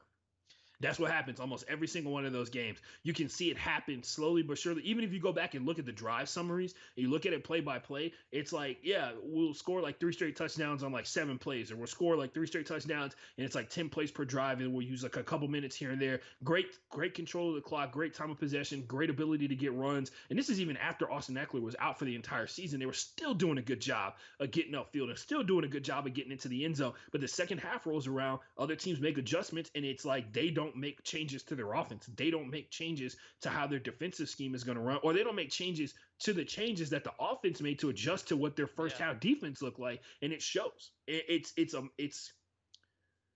I hate to say it, man. It's just like you look at Anthony Lynn, and it's like he clearly has an eye for talent. He clearly knows how to call offenses. He clearly knows how to go out here and lead a team. But then you see stuff like, yo, you don't have an answer for teams when they have an answer for what you do. Like, you come out here and you do what you do, and that's all you can do. And that's not how it works in the NFL at all. I think he's got a little bit of a case of the Bill O'Brien's. Just got to coach better, man. It starts with me. Just got to coach better, and that's the biggest issue, I think, with the Los Angeles Chargers. And to get a starting quarterback like Justin Herbert to the level that he's playing at, man, you can sit here and it of course comes down to personal bias of like who you think is doing the most, right? Like, it comes down to like, oh man, is Coach Anthony Lynn putting Justin Herbert in a position to succeed, or is Justin Herbert overcoming Anthony Lynn's coaching, or Anthony Lynn's play calling, and for his coaching staff and everything like that to be able to succeed? And I think it's hard to tell after like a couple games into the season, but I know every single person in LA and all those fake LA hater fans that are still fans of the team from a distance, they probably are thinking the exact same thing. And we know how that goes, right, Martin? Yeah. When things are going bad, you always blame the coach, never the rookie quarterback. Yeah, exactly. All right, Ashton, one final segment to go here before we head out. We've got playoffs to talk about. You've kind of got a little bit of a breakdown for schedules and where people stand right now in the AFC and the NFC. So why don't you go ahead and walk us through this one? Yeah, guys, guess what? We're about to do that segment that everybody hates so very much. Even when it's week 10, which makes more sense to be able to do it 7 weeks out from the playoffs and everything like that. This is the if the playoffs started today segment. So if the playoffs started today, I wanted to, before we started this, I did like I went and looked up information on strength of schedule. So out of the teams that are currently in the playoffs, here's how the schedules break down. The top 16 most difficult schedules, 4 of the 12 teams in the playoffs as of right now, actually 4 of the 13, because there's a tie for first in the AFC South. 4 of the 13 teams in the playoffs right now are in the top 16 and most difficult schedule, which, like Martin has found out this year, strength of schedule weighs a lot in how successful your season is. Yeah. The top 10 most difficult schedules, 3 of those teams are in the top 10. In the top 5, 0 of those teams are in the 0 playoff teams. Current playoff teams are in the top 5 in terms of most difficult schedule. In the bottom 16 easiest schedules in the NFL, 8 teams are in the bottom 16. 4 are in the bottom 10. And in the bottom 5 easiest schedules in the NFL, Martin, 3 of those 5 teams are currently lined up in the playoffs, which makes you wonder how good those teams actually are. And we'll talk about what those teams are a little bit later on as well. AFC seeds so far, remember, it's 1, 2, 3, 4 based off of the overall record of each one of those teams that have won their division, and then the wild card seed is mixed in there as well. So you look at what the current best team in the NFL, it's technically the undefeated Pittsburgh Steelers. They're 7-0 compared to the Kansas City Chiefs, who have a win percentage of like 0.847 or something like that. They're 7-1. They're the second seed. The Buffalo Bills would have a playoff seed right now. They are number 3, and the AFC South is currently tied, as both teams at the top have a 5-2 record, and they're tied for 4th in the 4th seed right now. So that's why I said 13 teams earlier. But the wild card teams so far right now, there are 3 teams. There are technically 3 teams in the mix because it's Schrodinger's cat situation here, Martin. The Colts and Titans are technically division leaders and wild card teams, because at some point one of them is not going to be the divisional winner. But the Baltimore Ravens, Colts, to be honest, I think the Colts are frauds. I've already said that many times. The whole AFC South is. Thank goodness the NFC East exists, or else we would have to put up with another year of the AFC South being the worst division in football. I'm just thank you to the Worst Dallas division in Cowboys and the worst division Giants. in worst division in football, but also sending two teams to the playoffs. So who knows? Because they've done that 4 out of the past 5 years, I think. So the wild card. But yeah, mentioning we're talking about the wild card. The current team that's going to get a wild card spot right now because they're 5-3. The Baltimore Ravens, who have the ninth most difficult schedule remaining in the NFL season. Behind them are the Colts and the Titans. They're both 5-2 right now, and then the Browns. Sorry, the Baltimore Ravens are 5-2 as well with the Colts and the Titans. The Browns are the only 5-3 team, and they're probably going to end up with.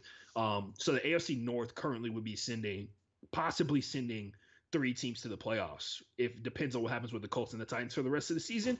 Other things to talk about in the NFC seeds on the NFC side of things, the Seattle Seahawks are technically the number 1 seed. The Tampa Bay Buccaneers are right behind them. The Green Bay Packers are third, and they have the most difficult schedule remaining. They are in the top 10 of most difficult schedules remaining. The Philadelphia Eagles and the NFC East are the 4 seed because they have 3 wins, where the Seattle Seahawks have 6. One of these things is not like the others. The wild cards currently in the running. There's 2 teams at 5-2 is the Arizona Cardinals and the New Orleans Saints. One of those teams is not like the others. The Chicago Bears and the LA Rams, who have been massively inconsistent this season, are tied at 5-3 for the possible final playoff seed when it's all said and done. So yeah, Martin, it's looking interesting so far because some of these teams are going to get flipped up. Yeah. The fact that the Bills are the number 3 seed in the AFC, just what the fuck? Like the Bills having a 3 seed, the AFC South having a 4 seed, and like the Ravens being a wild card, it's fucking ridiculous. Like obviously, like the way the NFL does it, you win your division, you get a home game. If you win your division and you have a what is it? Because it's going to be they changed it up this year. It's only the first seed now gets a bye. Like number 1 seed gets a bye. Yeah, because there's an extra wild card, so there has to be another team that plays a wild card team in wild card weekend. So which would be interesting because you would imagine you would just make the wild card teams play each other. Yeah, but that would extend the playoffs by another week. So imagine the Steelers get the first pick or the first seed, right? That means the Chiefs would play on wild card weekend. Yeah. And like you look at it right now, like with the way things are set up right now, the Tampa Bay Buccaneers could be set up to play they would get the worst of the wild. They would get the best of the wild card teams. So they would get the Saints or the Cardinals right now, and that's messed up because if they play the Saints for the 3rd time, there's no telling what actually happens when it all said and done. There's like whole statistics. There's articles written about like what happens when NFL teams play each other for the 3rd time, and it's like super duper close, like right down the middle. Like there's never just like a blowout win either direction. But yeah, the Tampa Bay Buccaneers reward for being the number 2 seed in the NFC could be playing a divisional rival to continue on in the playoffs, which is insane to think about. Same thing in the AFC, man. You talk about the Kansas City Chiefs, they could end up playing the Ravens. Yeah. Imagine that, dude. Like that's crazy. The fact, like, I mean, even the Browns being a potential playoff is crazy to me. But like, Ravens Chiefs first round of the playoffs just because of how they changed it. Like isn't oh my god, that'd probably be. I mean, imagine the Chiefs losing in the first round, dude, just because of the way like everything fell. It would be fucking wild. That's the playoffs. Remember, ladies and gentlemen, sitting at home watching football every single Sunday, the Super Bowl champion is not the best team in the NFL. It's the best team that survived the playoffs. Yeah. It's never the best team in the NFL. It's always the best team that survives the playoffs. And you can have a whole discussion about that. But fact of the matter is, if it was really about who the best team in the NFL was at the end of the regular season, you wouldn't have a single elimination tournament to decide. A single elimination tournament divided up by division and conference. You wouldn't have that to determine who the champion is. So it's about like, hey, you're the better team in the regular season to fight for this reward so that you can then compete to be the champion out of the quote unquote best teams in the NFL. So yeah, Ashton, that is our mid-season recap. We are 8 weeks in. We've got Thursday's episode coming up. We've got probably a few things we're going to be talking about sports-wise with everything that's going on. We're going to be breaking down Week 9 of the NFL season on Thursday. Thank you to everybody that has been tuning in on Twitch, tuning in on YouTube, listening on Spotify, Apple Podcasts, wherever you're downloading and listening. Shout out to you. Thank you for people like Frosty and some of the other people we've had come in throughout this 8 weeks of fun. I've thoroughly enjoyed breaking down the NFL with you and everybody else that's coming in here asking questions and stuff. And this little rivalry that you and Frosty have kind of created has been fun to watch and be on the sidelines for. And I'm looking forward to the rest of the season. Yeah, man. Other thing on notes for Thursday's show, Martin, fingers crossed, we could be getting Tyler Dunn from Bleacher Report. He used to cover the Buffalo Bills, so we can talk to him about why his team sucks.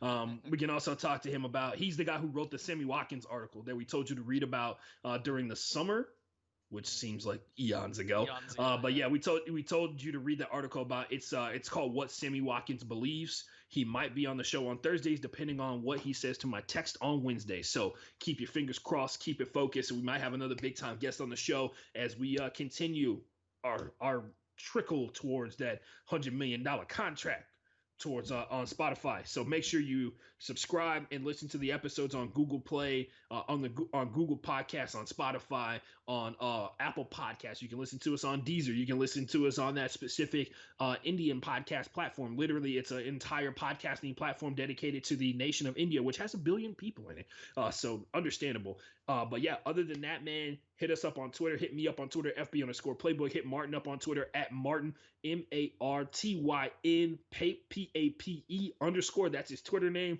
Follow the show at Broke Boy Pod. Download the Thrive Fantasy app for daily fantasy, for prop bets. We are on TikTok. It's Broke Boy Sports. Yeah, Broke Boy Sports on TikTok. It's only got a couple of videos up on there so far, but one of them has got over 100 views so far. So shout out to the people that have tuned in on TikTok. Ashton mentioned Thrive Fantasy. Get in on the prop action this season. Download it on the Google Play and Apple App Store. $20 down gets you $20 back when you use code BrokeBoy. You can bet over under on if good old Patrick Mahomes has got 300.5 passing yards in him in his next game, or will Alvin Kamara go for 120.5 combined rushing receiving yards? Or are you feeling frisky? Do you think Devontae Adams is going to have 6.5 receptions? If you're into betting, it's a lot of fun. Each and every week, I've had a blast so far with them. Shout out to the folks over at Thrive Fantasy. Shout out to Ashton for coming on each and every week for this podcast, and he's got one last thing he's got to tell y'all. Most important thing, lean in, everybody lean in to listen to your speaker and everything. Wash your hands, wash your ass. Please wash your entire body if that's available to you. I don't want to privilege shame anybody in case you don't have access to a shower or a bath or anything like that. Wash your whole body if you can. But most importantly, stay home, Roger.